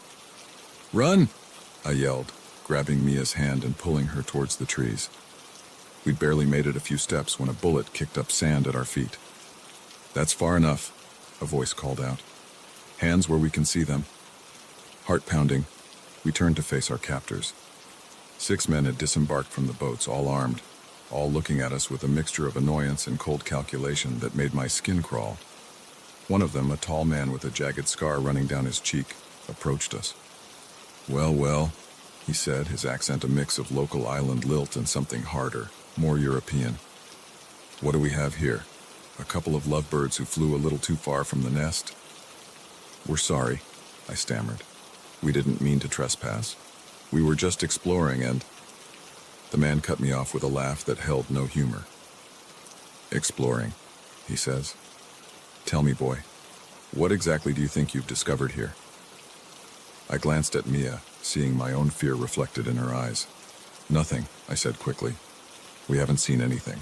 We'll just get back on our jet skis and go. You'll never see us again." The scarred man shook his head, clicking his tongue in mock disappointment. "I'm afraid it's not that simple. You see, this little cove of ours, it's a secret, and we go to great lengths to keep it that way." As he spoke, his men began unloading large crates from the boats. With growing horror, I realized what we'd stumbled into. This was a smuggling operation, using the hidden cove as a transfer point for who knows what. Drugs, weapons, maybe even people. "Please," Mia said, her voice shaking. "We won't tell anyone." We swear. The leader regarded us for a long moment, his cold eyes seeming to look right through us. I believe you, he said finally. I truly do, but you see, we can't take that risk. Nothing personal, you understand. It's just business. He nodded to one of his men who raised his gun. I closed my eyes, waiting for the shot that would end it all. But instead of gunfire, I heard a sudden commotion and shouts of alarm. My eyes flew open to see absolute chaos erupting around us. A Coast Guard cutter had appeared at the mouth of the cove, and more boats were rapidly approaching. The smugglers scattered, some diving for their weapons while others made a break for their boats. In the confusion, I grabbed Mia's hand and ran. We sprinted for our jet skis, bullets whizzing past us as both the smugglers and the Coast Guard opened fire. I've never started an engine so fast in my life.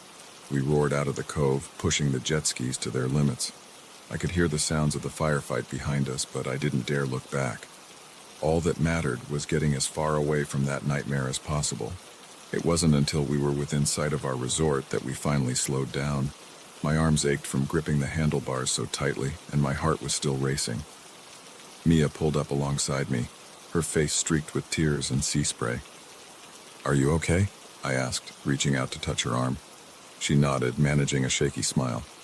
"I think so. Jake, what just happened?" I shook my head, still trying to process it all myself. "I don't know, but I think we just had a very close call." We returned the jet skis and headed straight for our room, both of us badly shaken. As we walked through the lobby, we overheard excited chatter about a major drug bust that had just gone down. Apparently, the Coast Guard had been tracking the smuggling ring for months and had finally caught them in the act. Later that night, as we sat on our balcony watching the sunset, a sense of unreality washed over me. Just hours ago, we'd been staring death in the face. Now here we were, sipping cocktails and trying to act like normal tourists. "Should we tell someone?" Mia asked, breaking the long silence between us. "About what we saw, I mean." I considered it for a moment before shaking my head. "I don't think so. The Coast Guard got their bust. Anything we say would just complicate things and probably get us in trouble for being somewhere we shouldn't have been." Mia nodded, looking relieved. "You're right, let's just try to enjoy the rest of our vacation." But we both knew things had changed. The rest of our trip was subdued, the carefree joy of those first few days replaced by a constant undercurrent of anxiety. Every time we went near the water, I found myself scanning the horizon, half expecting to see those speedboats coming for us. We've been home for a month now, and life has mostly returned to normal. But sometimes, late at night, I'll jolt awake from dreams of hidden coves and men with cold eyes and guns. In those moments, I'm acutely aware of how fragile our sense of safety really is, how quickly an ordinary day can turn into a fight for survival. Mia and I are still together, our bond strengthened by our shared ordeal. We don't talk about it much, but sometimes I'll catch her staring out at the ocean with a faraway look in her eyes, and I know she's thinking about it too. We're planning another vacation for next year. This time, we're thinking mountains, somewhere landlocked, far from any hidden coves or crystal-clear waters that might be hiding dark secrets beneath the surface. Because if there's one thing I've learned, it's that paradise can turn into a nightmare in the blink of an eye, and some adventures are best left undiscovered.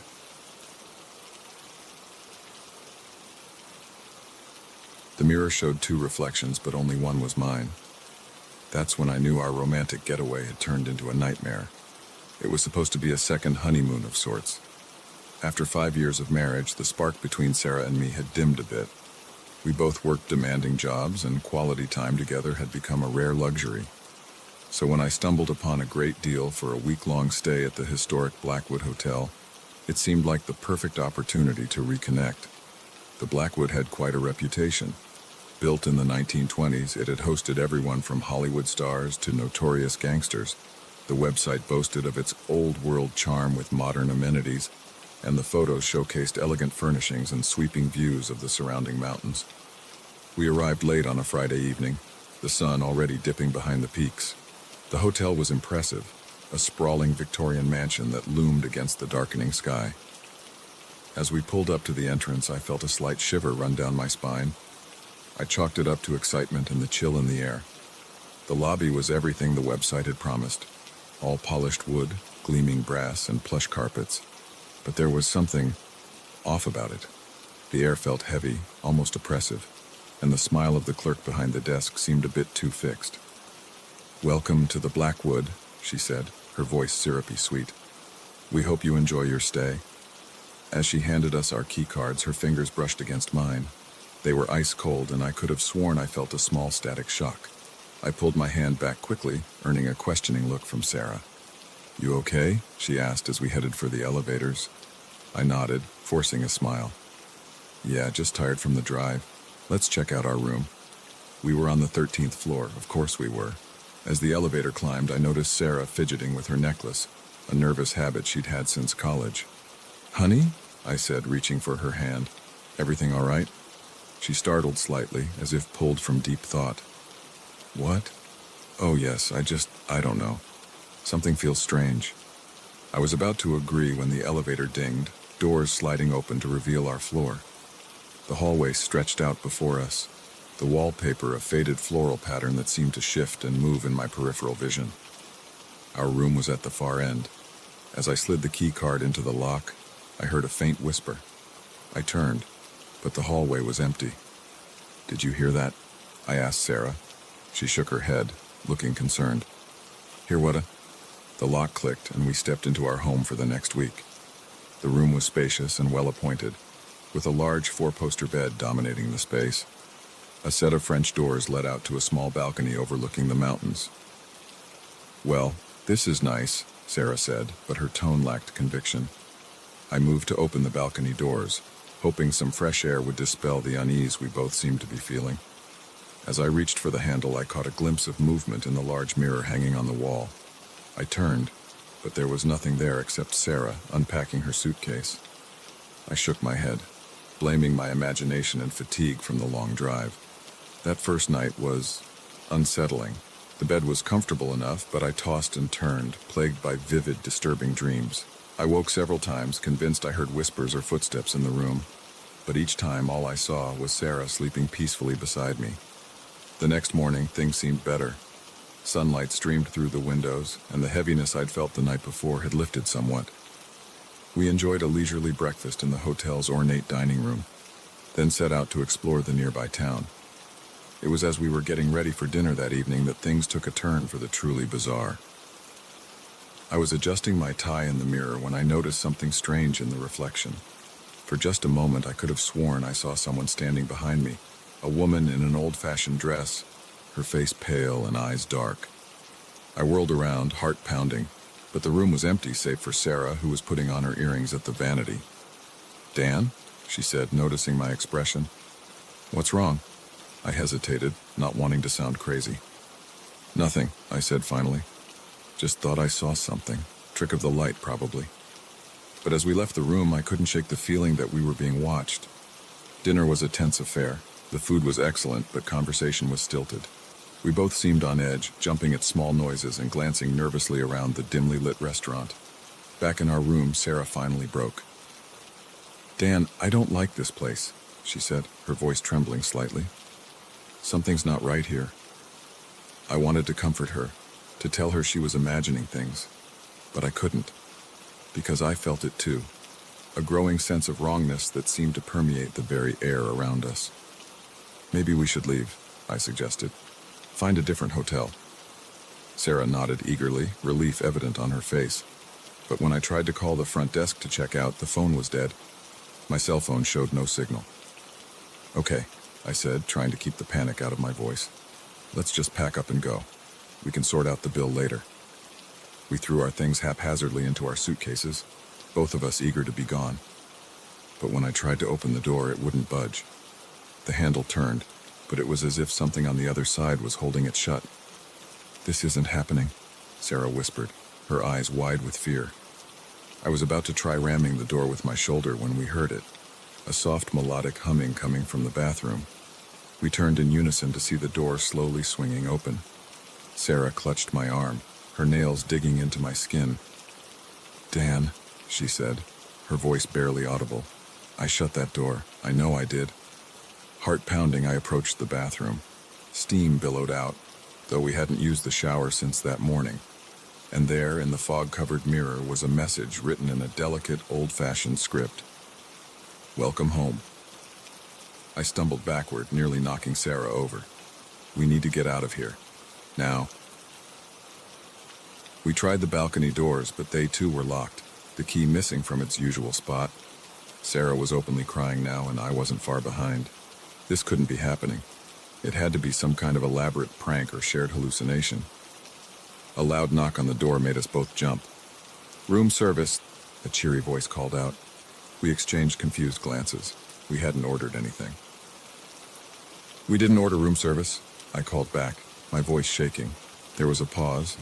Then the voice came again, lower this time. All cheer gone. "Oh, but you did. You always do." The door swung open, revealing not a hotel employee, but the woman I'd seen in the mirror earlier. She smiled, but it didn't reach her eyes, which were black as coal. "You're right on schedule," she said, gliding into the room. "You always arrive on this day, always try to leave on the next. But you can't, you see. You're part of the Blackwood now. Just like me." Sarah screamed, the sound piercing the unnatural quiet that had fallen over the room. I tried to put myself between her and the whatever this thing was, but my legs wouldn't move. The woman, no, the entity, laughed, the sound like breaking glass. "Oh, don't worry. It won't hurt much, and soon you won't even remember your old lives. You'll be happy here, I promise." As she spoke, the room began to change. The modern furnishings faded away, replaced by antiques.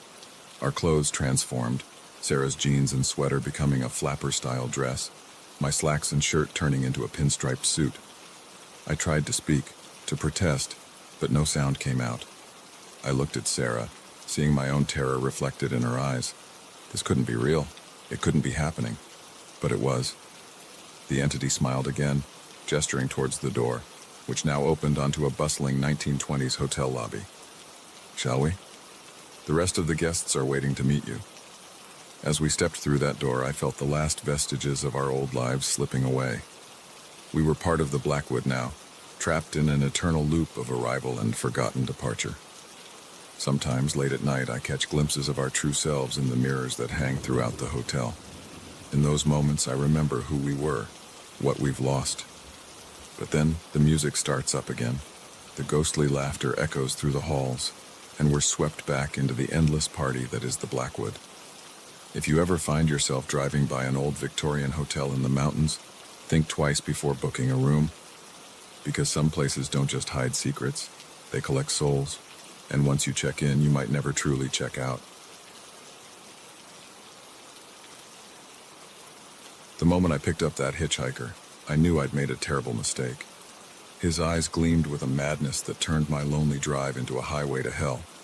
I'd been on the road for nearly 14 hours straight, the monotony of the highway broken only by the occasional gas station stop and the changing colors of the sky as day faded into night.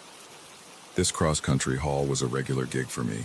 Chicago to Los Angeles, 5 days of nothing but asphalt, truck stops, and the company of my own thoughts.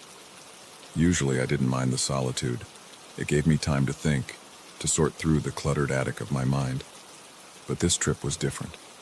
I'd left Chicago with a heavy heart, the echoes of my latest fight with Sarah still ringing in my ears. 3 years together, and it felt like we were drifting apart, the miles I put on the road mirroring the growing distance between us. So when I saw the figure on the side of the road, thumb outstretched, I made a split-second decision that would change everything. Company, I thought. Someone to talk to keep the demons of my troubled relationship at bay for a few hours. I pulled over, the big rig's brakes hissing in the quiet night. As the man approached, I got my first good look at him. He was tall and lanky, with a scraggly beard and clothes that had seen better days. But it was his eyes that caught my attention. Wide and intense, with a glint that made me uneasy. "Where you headed?" I called out as he reached the passenger side. "West," he replied, his voice raspy. "As far as you're going." I hesitated for a moment, that little voice in the back of my head screaming that this was a bad idea. But the thought of another 100 miles of silence won out. "Hop in," I said, reaching over to unlock the door. "I'm headed to L.A." He climbed in, tossing a battered duffel bag at his feet. The cab filled with the musty odor of unwashed clothes and something else, something I couldn't quite place, but that made my nose wrinkle. "Name's Jack," I offered as I pulled back onto the highway. He was quiet for a long moment, staring straight ahead.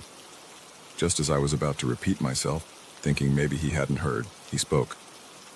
"You can call me Randall," he said, still not looking at me. The next hour passed in awkward silence. Every attempt I made at conversation was met with one-word answers or non-committal grunts.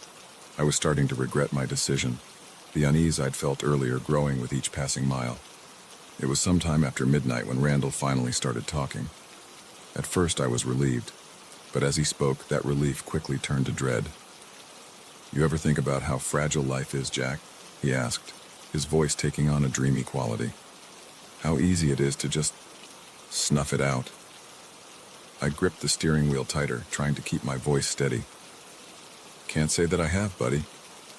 Randall turned to look at me then, and the intensity in his eyes made me want to crawl out of my skin. "I think about it all the time," he continued. "How many ways there are to die out here on the open road. A blown tire at the wrong moment, a driver falling asleep at the wheel, a stranger with bad intentions." My heart was pounding now, blood rushing in my ears. I tried to focus on the road ahead, on the soothing repetition of the white lines disappearing under the truck. "You pick me up awful easy, Jack," Randall said, his tone conversational but with an undercurrent that sent chills down my spine. "Didn't your mama ever teach you not to talk to strangers?" I swallowed hard, my mouth suddenly dry. "Look, man, maybe this wasn't such a good idea. Why don't I let you out at the next rest stop?" Randall's hand shot out, gripping my arm with surprising strength. "Oh, I don't think so, Jack. We're just getting to know each other. In fact, I think it's time for a little detour." He reached into his duffel bag, pulling out a wicked-looking knife. The blade caught the light from the dashboard, and I felt my blood turn to ice. "Next exit," Randall said, his voice low and menacing. "You're going to take it, and then you're going to drive where I tell you to drive. Understand?" I nodded, my mind racing. How had I gotten myself into this situation? And more importantly, how was I going to get out of it? The next 20 minutes were the longest of my life. Randall directed me off the main highway and onto increasingly remote back roads. The darkness pressed in around us, the truck's headlights cutting through the night like twin beams of hope I was quickly losing grip on. Finally, we came to a stop on a dirt road surrounded by dense forest. The only sound was the idle of the engine and my own ragged breathing. "Turn it off," Randall commanded. I complied, plunging us into near total darkness. The sliver of moon overhead did little to illuminate the cab. "Please," I said, hating the tremor in my voice. "You don't have to do this. I've got money. It's not much, but—" Randall's laugh cut me off. It was a harsh, humorless sound that made the hair on the back of my neck stand up. "You think this is about money?" he sneered. "No, Jack. This is about something much more valuable. This is about life and death, about power." He leaned in close, and I could smell his sour breath. "You see, Jack, I've been traveling this road for a long time, and I've learned something. The only way to truly feel alive is to hold someone else's life in your hands." My mind was spinning, trying to process what was happening. This man wasn't just a criminal. He was something far worse, a predator who killed for the thrill of it. "Now," Randall continued, "we're going to play a little game. I'm going to ask you some questions. If I like your answers, you live. If I don't—" He let the threat hang in the air, the knife glinting in his hand. What followed was the most terrifying hour of my life. Randall asked me questions about everything. My childhood, my job, my relationship with Sarah. With each answer, he seemed to be weighing my worth, deciding whether I deserved to keep breathing. I told him about growing up in a small town in Ohio, about how I'd always dreamed of seeing the world beyond those cornfields. I talked about how I'd fallen into trucking almost by accident, but had grown to love the freedom of the open road. And I poured out my heart about Sarah, how we'd met, how happy we'd been at first, and how things had started to fall apart. As I spoke, I noticed something changing in Randall's demeanor. The manic gleam in his eyes dimmed slightly, replaced by something that looked almost like recognition. "You love her?" he said softly, interrupting my story. "Even though it's hard, even though you're afraid it might not work out?" I nodded, not trusting myself to speak. Randall was quiet for a long moment, the knife lowering slightly. "I had someone like that once," he said, his voice distant. "A long time ago. Before." He trailed off, lost in some memory. I held my breath, afraid to move or speak, lest I break whatever spell had come over him. Suddenly, Randall's head snapped up, his eyes focusing on me with renewed intensity. "Start the truck," he barked. I fumbled with the keys, my hands shaking so badly I could barely get them in the ignition. As the engine roared to life, Randall spoke again. "Drive," he said. "Back to the highway." I didn't need to be told twice. I threw the truck into gear and peeled out, my heart pounding so hard I thought it might burst from my chest. We drove in silence for what felt like hours, but was probably only 20 minutes. As the lights of the highway came into view, Randall finally spoke again. "Pull over," he said, his voice weary. I complied, bringing the truck to a stop on the shoulder. Randall gathered his duffel bag, then turned to look at me one last time. "You've got a second chance, Jack," he said. "Don't waste it. Go home to Sarah. Fight for what you have." And with that, he was gone, disappearing into the night as quickly as he had appeared. I sat there for a long time, shaking, trying to process what had just happened. When I finally pulled back onto the highway, I knew two things with absolute certainty. First, I was the luckiest son of a bitch alive. And second, I was going home to Sarah. The load could wait. Some things were more important than a delivery deadline. As the miles rolled by, taking me back east instead of west, I thought about how close I'd come to losing everything. And I silently thanked whatever twist of fate had made Randall see himself in me, had made him choose mercy over murder. I've never picked up another hitchhiker, but every time I pass someone on the side of the road, thumb outstretched, I say a little prayer for them, for the driver who might stop, and for Randall, hoping that he found whatever redemption he was looking for out there on the lonely highway.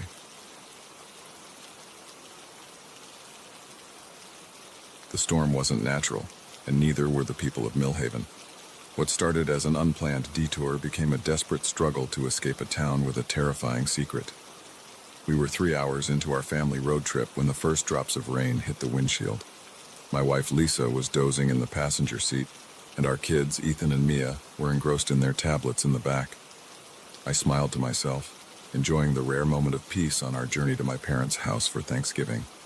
The radio crackled with a weather alert, warning of severe thunderstorms moving into the area. I frowned, glancing at the darkening sky ahead. We still had a good 5 hours of driving, and the last thing I wanted was to navigate unfamiliar roads in a downpour. "Maybe we should find a place to stop for the night," Lisa suggested, stirring from her nap. "Better safe than sorry."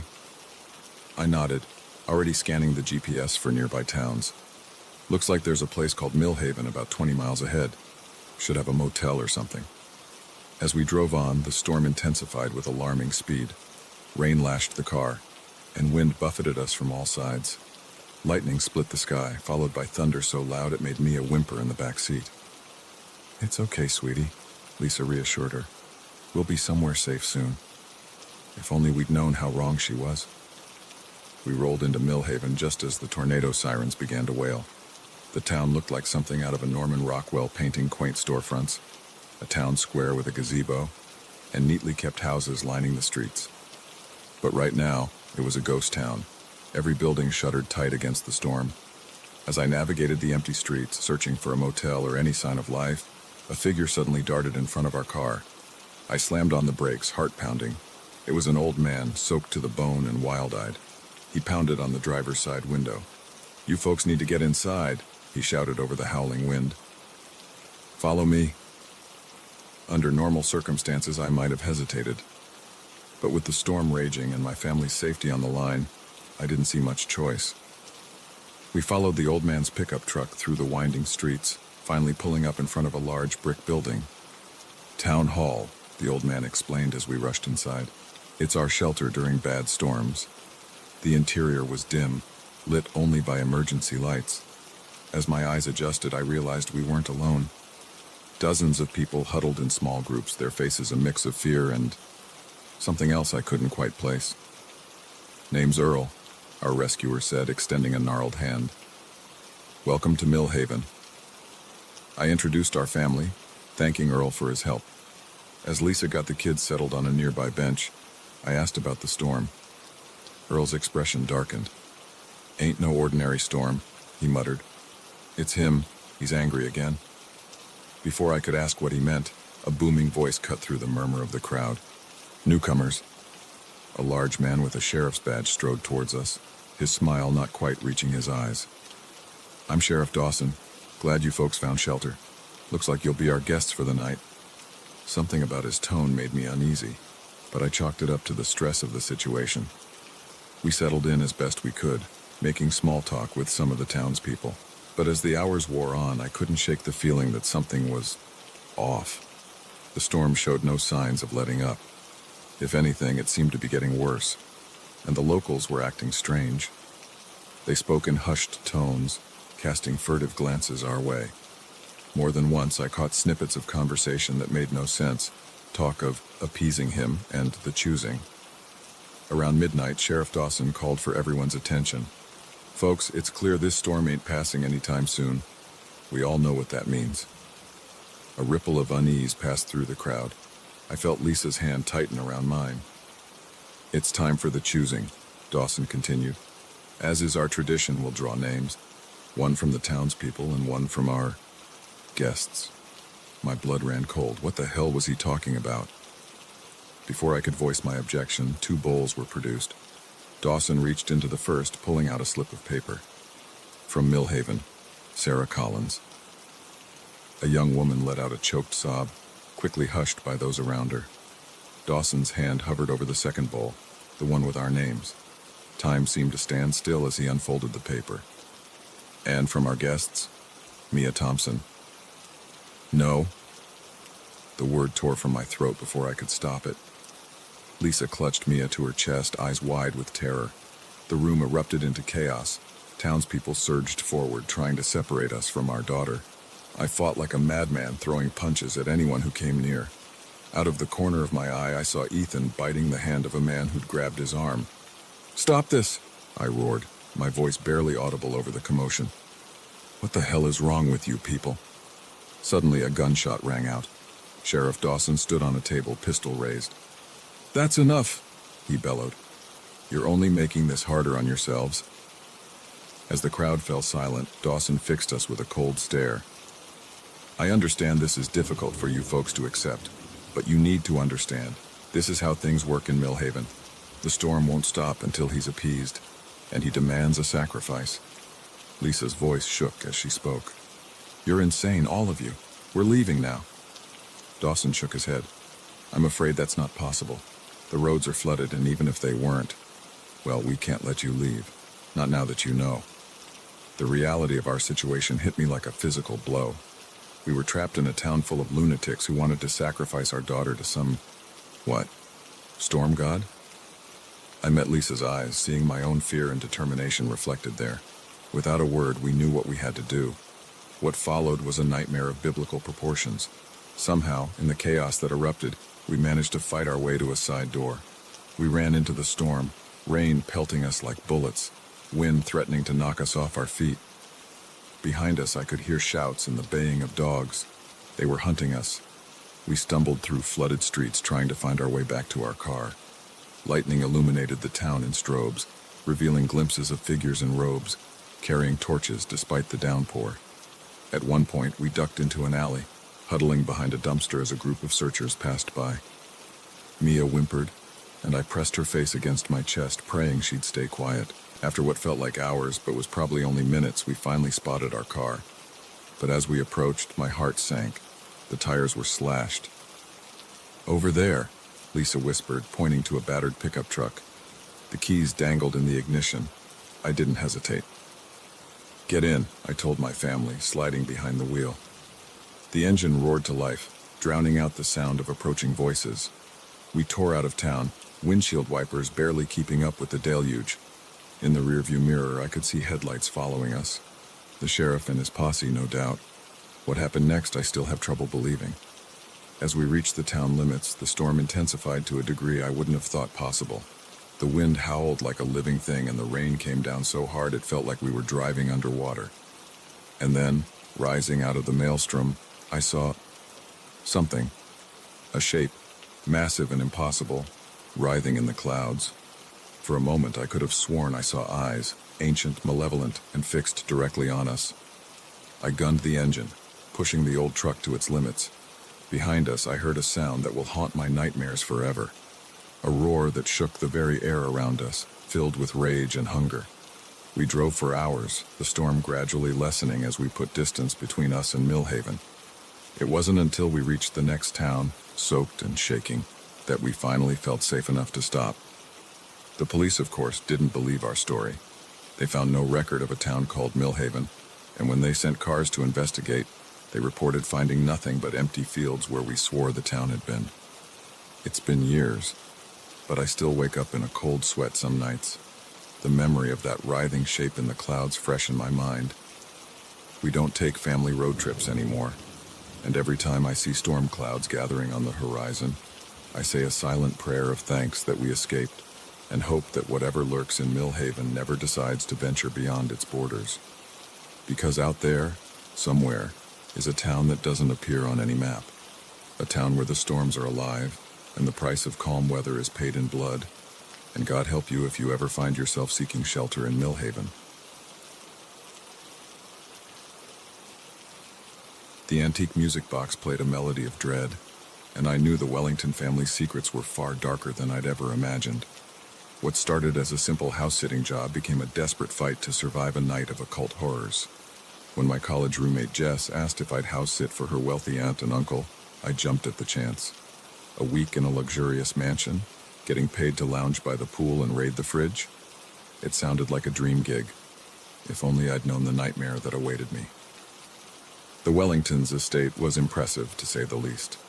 Sprawling gardens surrounded a massive Victorian-style home that looked like something out of a Gothic novel. As Jess gave me the grand tour, I couldn't help but feel a bit overwhelmed. "Don't worry, Em," Jess said, noticing my wide-eyed expression. "It's not as complicated as it looks.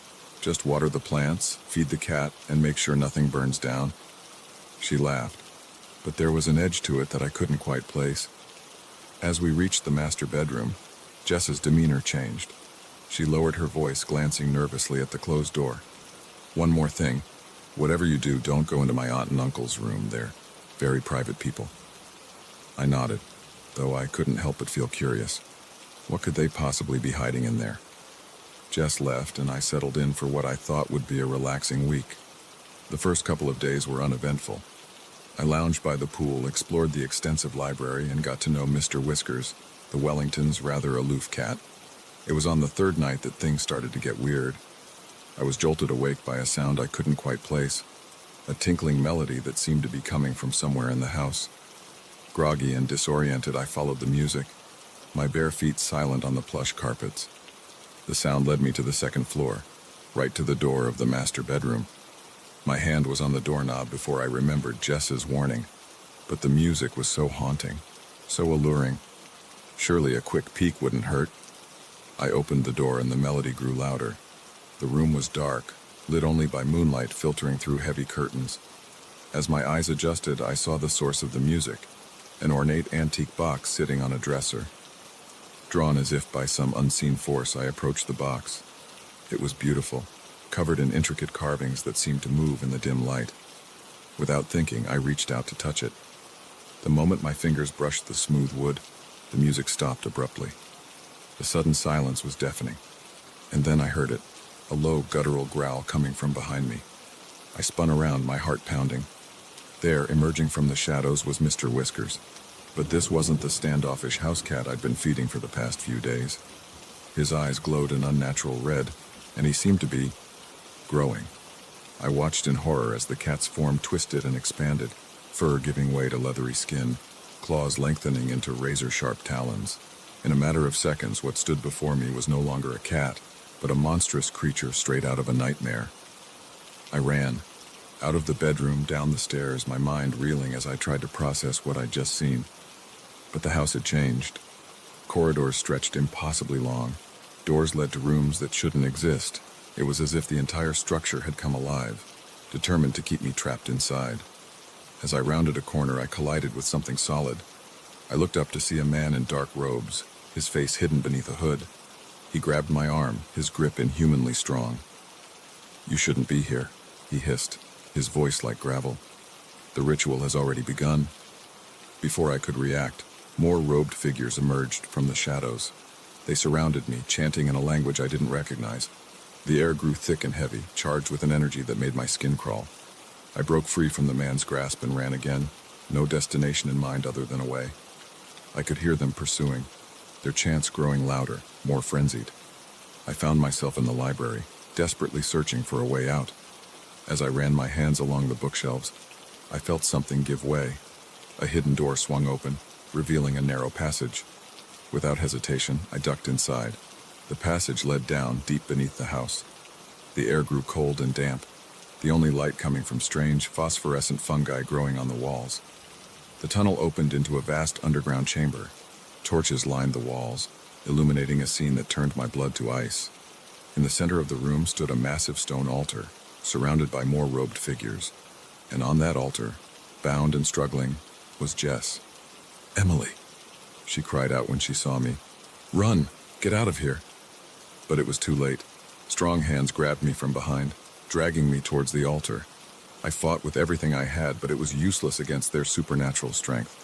As they forced me to my knees, I got my first clear look at the leader of this twisted cult. It was Mr. Wellington, Jess's uncle, but his face was wrong.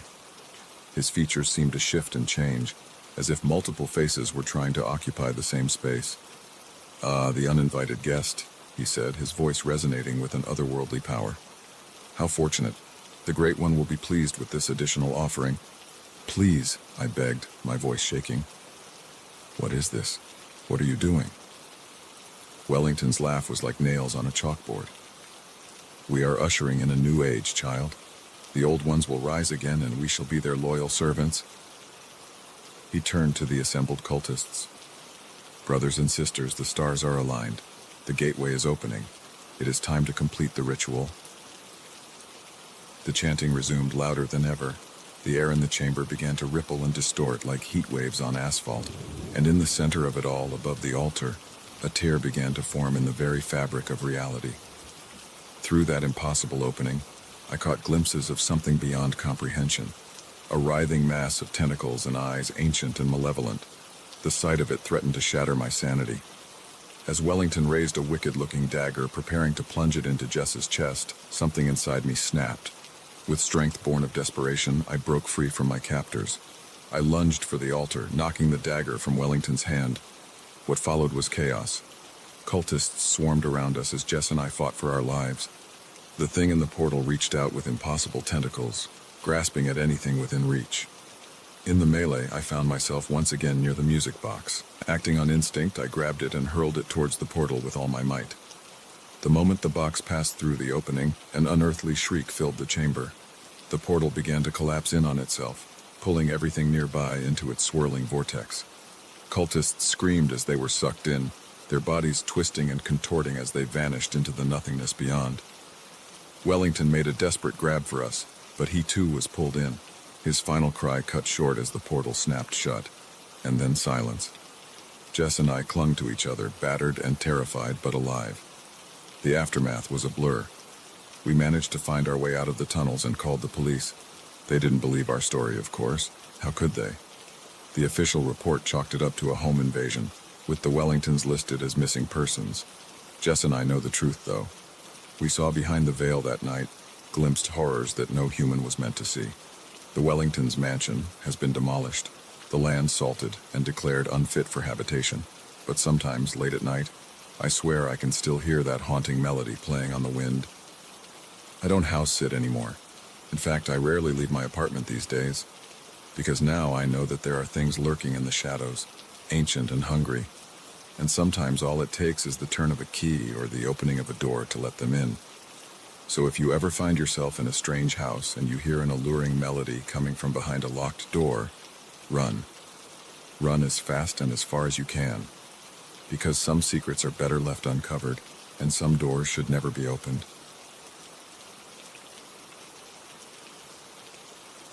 The darkness in the mine wasn't natural, and neither were the sounds echoing through the tunnels. What started as an adventurous exploration turned into a desperate fight for survival against something inhuman lurking in the depths. It was supposed to be the highlight of our camping trip. 5 friends reunited after years apart, seeking one last adventure before real life pulled us in different directions again. When Mike suggested exploring the old Holloway mine, it seemed like the perfect way to recapture that sense of excitement we'd shared in our younger days. If only we'd known what was waiting for us in those dark tunnels. The day started bright and clear, a perfect September morning in the mountains. We'd spent the previous 2 days hiking, fishing, and reliving old memories around the campfire. But as we approached the mine entrance, a sense of unease settled over me. The opening was larger than I'd expected, a gaping maw in the mountainside partially obscured by overgrown vegetation. A weathered sign warned of danger and prohibited entry, but Mike just laughed it off. "Come on, guys," he said, his eyes gleaming with excitement. "Where's your sense of adventure?" Sarah, always the cautious one, voiced what I was thinking. "I don't know, Mike. This seems pretty risky. What if there's a cave-in or something?" But Jason and Liz were already following Mike towards the entrance, their headlamps cutting through the gloom.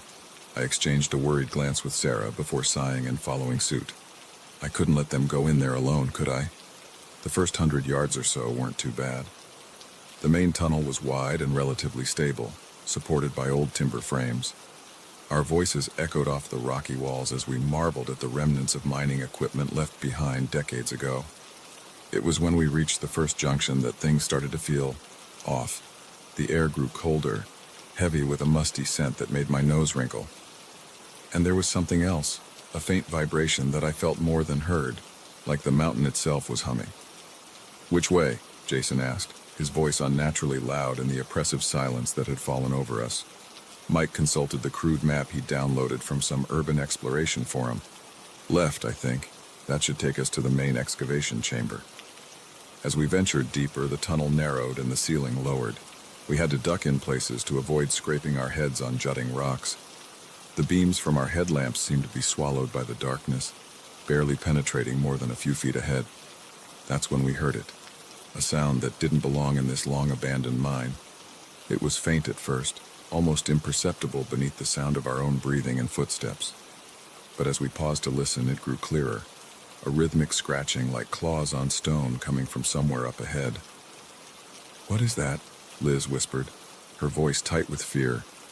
"Probably just some animal," Mike said, but I could hear the uncertainty in his voice. "A raccoon or something that wandered in." I wasn't convinced. Whatever was making that sound was bigger than a raccoon, and somehow, I knew with a certainty that chilled me to my core, it was aware of our presence. We should have turned back then. Every instinct was screaming at me to get out, to run back towards the sunlight and safety, but a morbid curiosity pushed us forward, deeper into the mine's twisted labyrinth. The scratching grew louder as we approached another junction. This time it was accompanied by something else, a low, guttural growl that raised the hair on the back of my neck. Suddenly Sarah screamed. Her headlamp had illuminated something on the tunnel floor, a dark, wet stain that could only be blood. And leading away from it, drag marks disappearing into the darkness. Panic set in. We turned to retrace our steps, but nothing looked familiar. Had we come from the left tunnel or the right? The mine seemed to have shifted around us, the passages twisting in impossible ways. "This way," Mike shouted, taking the lead. We followed blindly, our earlier excitement replaced by raw fear. We ran through the darkness, the sound of our pounding footsteps eclipsed by that terrible scratching, now seeming to come from all around us. The air grew thicker, filled with a choking dust that made it hard to breathe. I don't know how long we ran. Time lost all meaning in that lightless maze. But eventually we burst into a large chamber, our headlamps revealing rusted mining equipment and a partially collapsed ceiling. "Look," Jason cried out, pointing to a shaft of natural light filtering down through a crack in the rock above. "We can climb out." But as we moved towards our potential escape route, a bone-chilling roar echoed through the chamber. And then we saw it. It emerged from one of the tunnels, a creature that defied description. In the frantic sweep of our headlamps, I caught glimpses of pale, leathery skin stretched over an emaciated frame. Its limbs were too long, too jointed, ending in wicked claws that scraped against the stone floor. But it was the face that would haunt my nightmares for years to come. A noseless, eyeless visage dominated by a mouthful of needle-sharp teeth. We scattered, primal terror overriding any semblance of rational thought. I found myself pressed against the chamber wall, my heart threatening to burst from my chest as I watched the monstrosity stalk towards Mike, who had tripped over a piece of old equipment. What happened next is a blur of screams, blood, and frantic scrambling. I remember Liz throwing a rock at the creature, buying Mike enough time to crawl away. I remember Sarah pulling me towards the shaft of light, her nails digging into my arm as she urged me to climb. Jason didn't make it. The last I saw of him, he was disappearing down one of the tunnels, the creature in pursuit, his agonized screams echoing through the mine until they were suddenly, horribly silenced. The four of us that remained clawed our way up through the narrow opening, scraping skin from our hands and knees in our desperation to escape. We emerged into the fading afternoon light, gasping and sobbing, but our nightmare wasn't over. As we stumbled away from the mine entrance, we heard that scratching again, growing louder. The creature was coming. "Run!" I screamed, my voice raw with terror. We fled through the woods, branches whipping at our faces, roots threatening to trip us at every step. Behind us, I could hear the sound of pursuit, the crack of breaking branches, the thud of inhuman feet on the forest floor. I don't know how we made it back to our campsite. By some miracle, we managed to reach my truck. As I fumbled with the keys, I saw movement at the edge of the clearing, a pale, horrific shape emerging from the underbrush. The engine roared to life, and I floored it, tires spinning in the dirt before finding purchase. As we sped away, I caught one last glimpse in the rearview mirror of that nightmarish face, mouth open in a silent roar of fury and hunger. We drove for hours, not stopping until we reached the nearest town. The police, of course, didn't believe our story. They searched the area but found no sign of Jason or the creature we described. The mine entrance had collapsed, they told us, probably due to our reckless exploration. It's been 5 years since that day, but the memories still haunt me. I can't look at a cave or even a dark room without breaking into a cold sweat. The others have tried to move on, to rationalize what happened, but I know the truth. There are things in this world that defy explanation, horrors lurking in the dark places of the earth. And sometimes, if you go looking for adventure in those shadowy depths, you might just find something looking back. I don't go camping anymore. I stay in the city surrounded by light and noise and people. But on quiet nights, when the wind blows just right, I swear I can hear it. That faint rhythmic scratching. A reminder that the creature is still out there, waiting in the darkness for its next unsuspecting victim. So if you're ever tempted to explore an abandoned mine or cave, think twice, because you never know what might be waiting in the shadows, hungry and patient, ready to drag you down into the depths where the sun never shines and screams echo endlessly through lightless tunnels.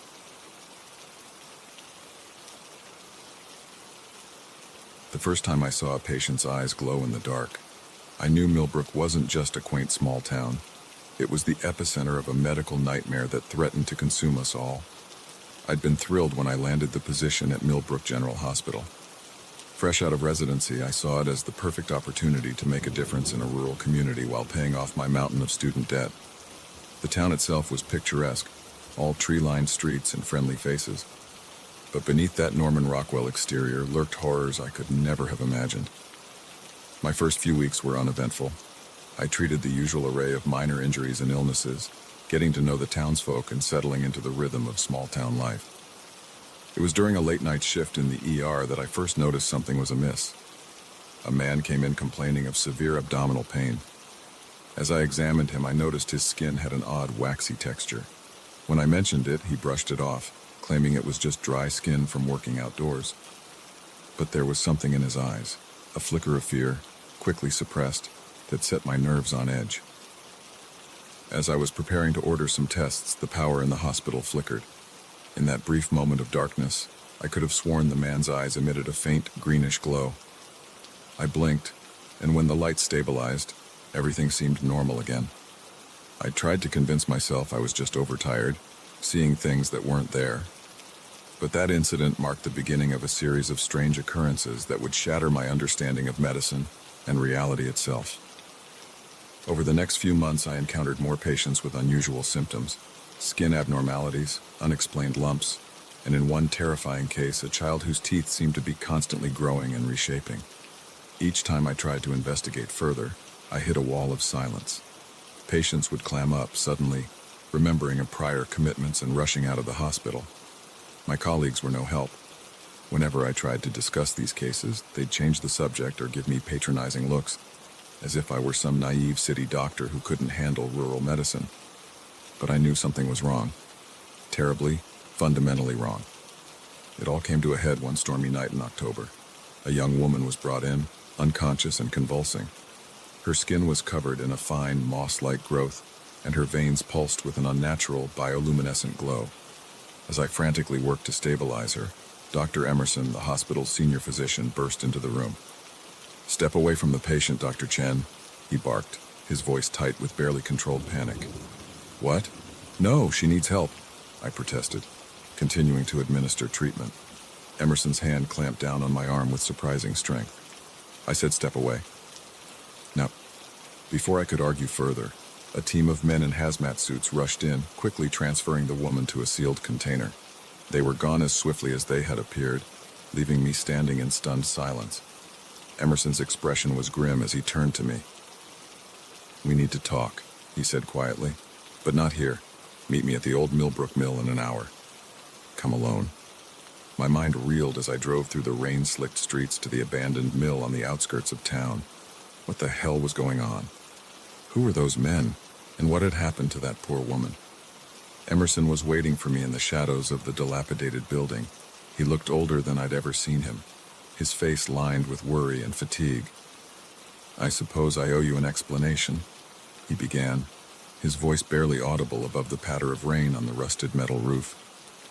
"But I need you to understand. What I'm about to tell you will change everything. Your life, your understanding of medicine, of the very nature of reality itself. Are you sure you want to know?" I nodded, my throat too dry to speak. Emerson sighed heavily. "Millbrook has a secret, one that goes back generations. There's something wrong with this place. The soil, the water, maybe even the air itself. It changes people, Dr. Chen, alters them on a fundamental level." He went on to describe a history of mutations and strange afflictions that had plagued the town for over a century. The local government and medical community had been covering it up for decades, fearing mass panic and government intervention. "But lately it's been getting worse," Emerson continued, his eyes darting nervously around the empty mill. "The changes are happening faster, becoming more extreme. We can barely keep up with the cases, let alone find a way to stop it." I listened in horrified fascination as Emerson outlined the town's desperate attempts to contain the situation. Secret medical facilities hidden in abandoned mines, experimental treatments that often did more harm than good, and a complex system of misdirection to keep outsiders from discovering the truth. "Why are you telling me all this?" I asked when he finally fell silent. Emerson's gaze met mine, and I saw a glimmer of hope there. "Because we need help, Dr. Chen. Fresh eyes, new ideas. The old guard, we're running out of options. And time." What followed was a crash course in fringe science and medical horrors. I spent my days maintaining the facade of normalcy at the hospital, while my nights were consumed with clandestine research and treatment of the most severe cases. I saw things that defied explanation. Patients whose bodies were literally reshaping themselves, organs migrating and fusing in impossible ways. I assisted in surgeries that would have made Frankenstein blanch, desperately trying to reverse mutations that threatened to rob people of their humanity. But for every small victory, there were a dozen crushing defeats. The anomalies were spreading, becoming harder to conceal. And worse, I began to suspect that some in the town's leadership saw these mutations not as a curse, but as an opportunity. I discovered files detailing attempts to weaponize the mutations, to create super soldiers with enhanced abilities. The ethical implications were staggering, and I knew I couldn't stand by and let it happen. With Emerson's help, I began secretly documenting everything. The treatments, the cover-ups, the town's hidden history. We were going to expose it all, consequences be damned. But someone must have gotten wind of our plan. One night, as I was leaving the hidden facility deep in the old mine system, I was ambushed. A group of men in dark suits cornered me, their eyes gleaming with that now familiar bioluminescence. "Did you really think we wouldn't notice, Dr. Chen?" One of them sneered, his voice distorted by the mutations ravaging his vocal cords. "This is bigger than you. Bigger than Millbrook. The changes, they're just the beginning." I fought back with everything I had, my physician's oath to do no harm, momentarily forgotten in the face of this existential threat. In the chaos of the fight, a stray bullet hit something in the cavern wall, something that definitely wasn't rock. A noxious gas began filling the tunnel, causing my attackers to convulse and collapse. I held my breath and ran, not stopping until I reached the surface. Behind me, I heard inhuman screams echoing from the depths. I fled Millbrook that night, taking with me only the clothes on my back and a hard drive full of evidence. I've been on the run ever since, trying to stay one step ahead of those who would keep Millbrook's secrets buried. I'm writing this now from a motel room in a town whose name I don't even know. My skin itches constantly, and sometimes in the mirror I swear I see a faint glow in my eyes.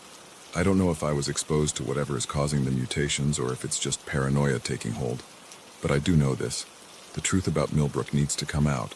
Whatever is happening there, it's not contained. It's spreading, evolving, and God help us all if it can't be stopped. So if you're a doctor and you get an offer to work in a quaint little town called Millbrook, do yourself a favor. Run. Run as far and as fast as you can, because some medical mysteries are better left unsolved, and some cures are far worse than the disease.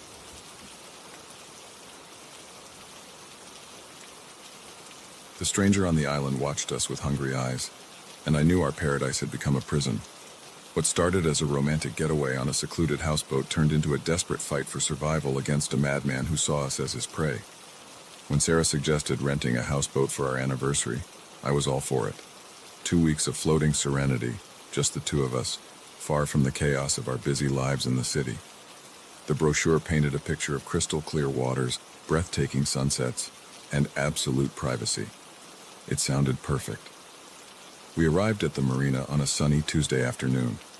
The rental agent, a weathered old man with a permanent squint, gave us a quick rundown of the boat's features and handed over the keys with a gruff warning.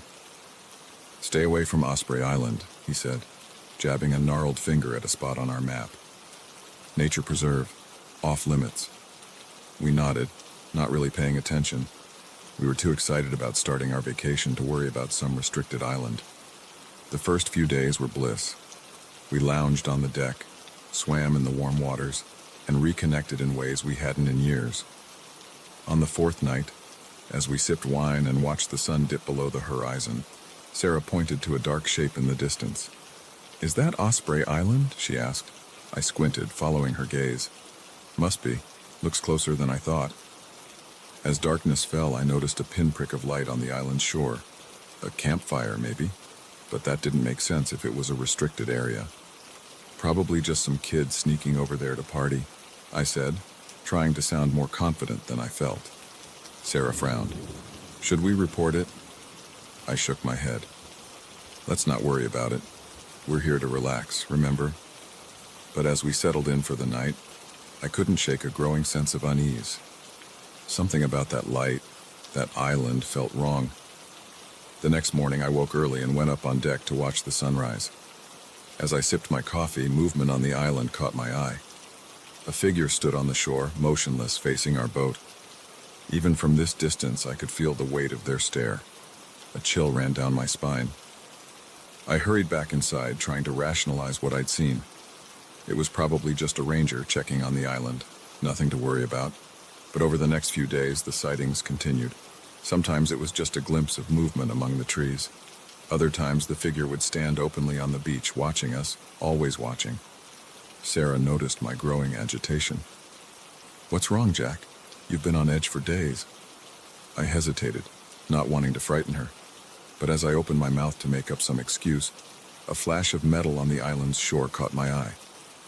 The stranger was there again, and this time I could have sworn I saw the glint of binoculars. "There's someone on that island," I blurted out. "They've been watching us." Sarah's eyes widened. "What? For how long?" I told her everything I'd seen. As I spoke, her face paled. "We need to leave," she said, her voice shaking. "Now." I nodded, already moving to start the engine, but when I turned the key, nothing happened. The motor sputtered weakly, then fell silent. Panic rose in my throat as I tried again and again to start the boat. Nothing. We were dead in the water. "The radio," Sarah said. "Call for help." But the radio, like the engine, was silent. No static, no signal, nothing. As the reality of our situation sank in, a new sound reached us, the low purr of an outboard motor. We rushed to the deck to see a small boat speeding towards us from the direction of the island. "Get inside," I told Sarah, trying to keep my voice steady. "Lock the door. Don't come out no matter what you hear." She squeezed my hand, fear plain in her eyes, then disappeared below deck. I stood my ground, heart pounding as the boat drew near. The man who stepped aboard our houseboat was not what I expected. He was tall and lean, with sun-weathered skin and piercing blue eyes. He could have been anywhere from 40 to 60. He smiled, but it didn't reach his eyes. "Well, hello there," he said, his voice surprisingly cultured. "Having some engine trouble?" I nodded warily, keeping my distance. "Yeah, can't seem to get it started. You live on the island?" His smile widened. "Oh yes, Osprey Island has been my home for quite some time now. I do hope I haven't alarmed you with my presence. It's just been so long since I've had visitors." There was something in his tone, a barely concealed eagerness that made my skin crawl. I realized with growing horror that this man hadn't just been watching us. He'd been hunting us. "Listen," I said, trying to keep my voice even. "We appreciate your concern, but we've got help on the way. Why don't you head back to your island and we'll be out of your hair soon?" The man's smile faded, replaced by a look of cold calculation. Now, he said, taking a step closer. "There's no need for lies between friends. We both know your radio isn't working, just like we both know I made sure your engine wouldn't start." My blood ran cold. I glanced around, looking for anything I could use as a weapon. "What do you want?" I asked, buying time. He sighed, as if disappointed by my lack of understanding. "Company, of course. Do you have any idea how lonely it gets out here? How maddening the silence can be?" His eyes glittered with a manic light. "But now you're here, both of you, and we're going to have so much fun together." He moved with shocking speed, closing the distance between us before I could react. I felt a sharp pain in my neck and the world began to spin. As I collapsed to the deck, my last conscious thought was of Sarah, trapped below, unaware of the nightmare that had just begun. I woke to the sound of waves lapping against the shore. My head throbbed and my mouth felt like it was stuffed with cotton. As I blinked away the fog, I realized I was no longer on the houseboat. I was on the island, tied to a tree at the edge of a small clearing. Panic surged through me as I remembered what had happened. I twisted against my bonds, ignoring the pain as the rough rope bit into my wrists. "Sarah," I called out, my voice hoarse. "Sarah, where are you?" "She can't hear you, I'm afraid." The man from the boat emerged from the trees, that unnerving smile still plastered on his face. "Don't worry, she's quite safe. For now. If you've hurt her, I swear to God." He cut me off with a laugh. "Hurt her? My dear boy, why would I damage my new toys so quickly? No. The game has only just begun." Over the next few hours, he outlined his twisted plan. He'd been living on the island for years, occasionally luring in unsuspecting tourists for his deranged games of cat and mouse. Sarah and I were just the latest in a long line of victims. "But you two," he said, his eyes gleaming with excitement. "You're special. So much fight in you both. This is going to be exhilarating." As night fell, he untied me from the tree, keeping the bonds on my wrists. "Let's go see how your lovely wife is doing, shall we?" He led me through the dense forest to a dilapidated cabin. Inside, Sarah was tied to a chair, her face tear-streaked but defiant. "Jack," she cried out when she saw me, "are you okay?" I nodded, relief flooding through me at the sight of her alive and seemingly unharmed. "I'm fine. We're going to get out of this, I promise." Our captor clapped his hands together. Touching reunion, truly. But now it's time for the real fun to begin. What followed was a nightmare beyond imagination. He released us into the forest, giving us a head start before he began his hunt. We ran blindly through the underbrush, the sound of his laughter echoing behind us. For days we played this deadly game of hide and seek. We'd find moments of respite, huddled in caves or dense thickets, only to hear his taunting voice drawing near. He seemed to toy with us, always letting us think we'd escaped, only to appear when we least expected it. On the third night, as we cowered in the hollow of a massive tree, Sarah turned to me with determination in her eyes. "We can't keep running," she whispered. "We need to fight back." She was right. We were exhausted, dehydrated, and running out of options. It was time to turn the tables on our tormentor. Using skills I didn't know we possessed, we set traps throughout the forest. We fashioned weapons from branches and stones, and when he came for us again, we were ready. The final confrontation was brutal and terrifying. He was stronger and more experienced, but we had the desperation of those fighting for their lives. In the end, it was Sarah who landed the decisive blow, sending him tumbling down a rocky slope. We didn't wait to see if he survived the fall. We sprinted for the shore, found his boat, and fled the island as fast as the small motor would carry us. The authorities didn't believe our story at first, but the evidence we led them to on the island, the cabin, the remnants of past victims, was undeniable. They never found our tormentor's body, though. Sometimes I wake in a cold sweat, convinced I can hear his laughter on the wind. Sarah and I are in therapy now, trying to process the trauma of those days on the island. Our marriage is stronger than ever, forged in the crucible of shared survival. But we'll never be the same. We don't go near large bodies of water anymore, and the sight of a houseboat is enough to send us into a panic. Sometimes when I close my eyes, I can still see him standing on that shore watching us with those hungry eyes. And I wonder, with a chill that reaches my very soul, if somewhere out there, he's still watching, waiting for his next unwary victims to drift into his twisted game. So if you're ever planning a quiet getaway on a houseboat, do yourself a favor. Stay away from remote islands, no matter how picturesque they might seem, because you never know what kind of predators might be lurking in paradise, waiting to turn your dream vacation into a waking nightmare.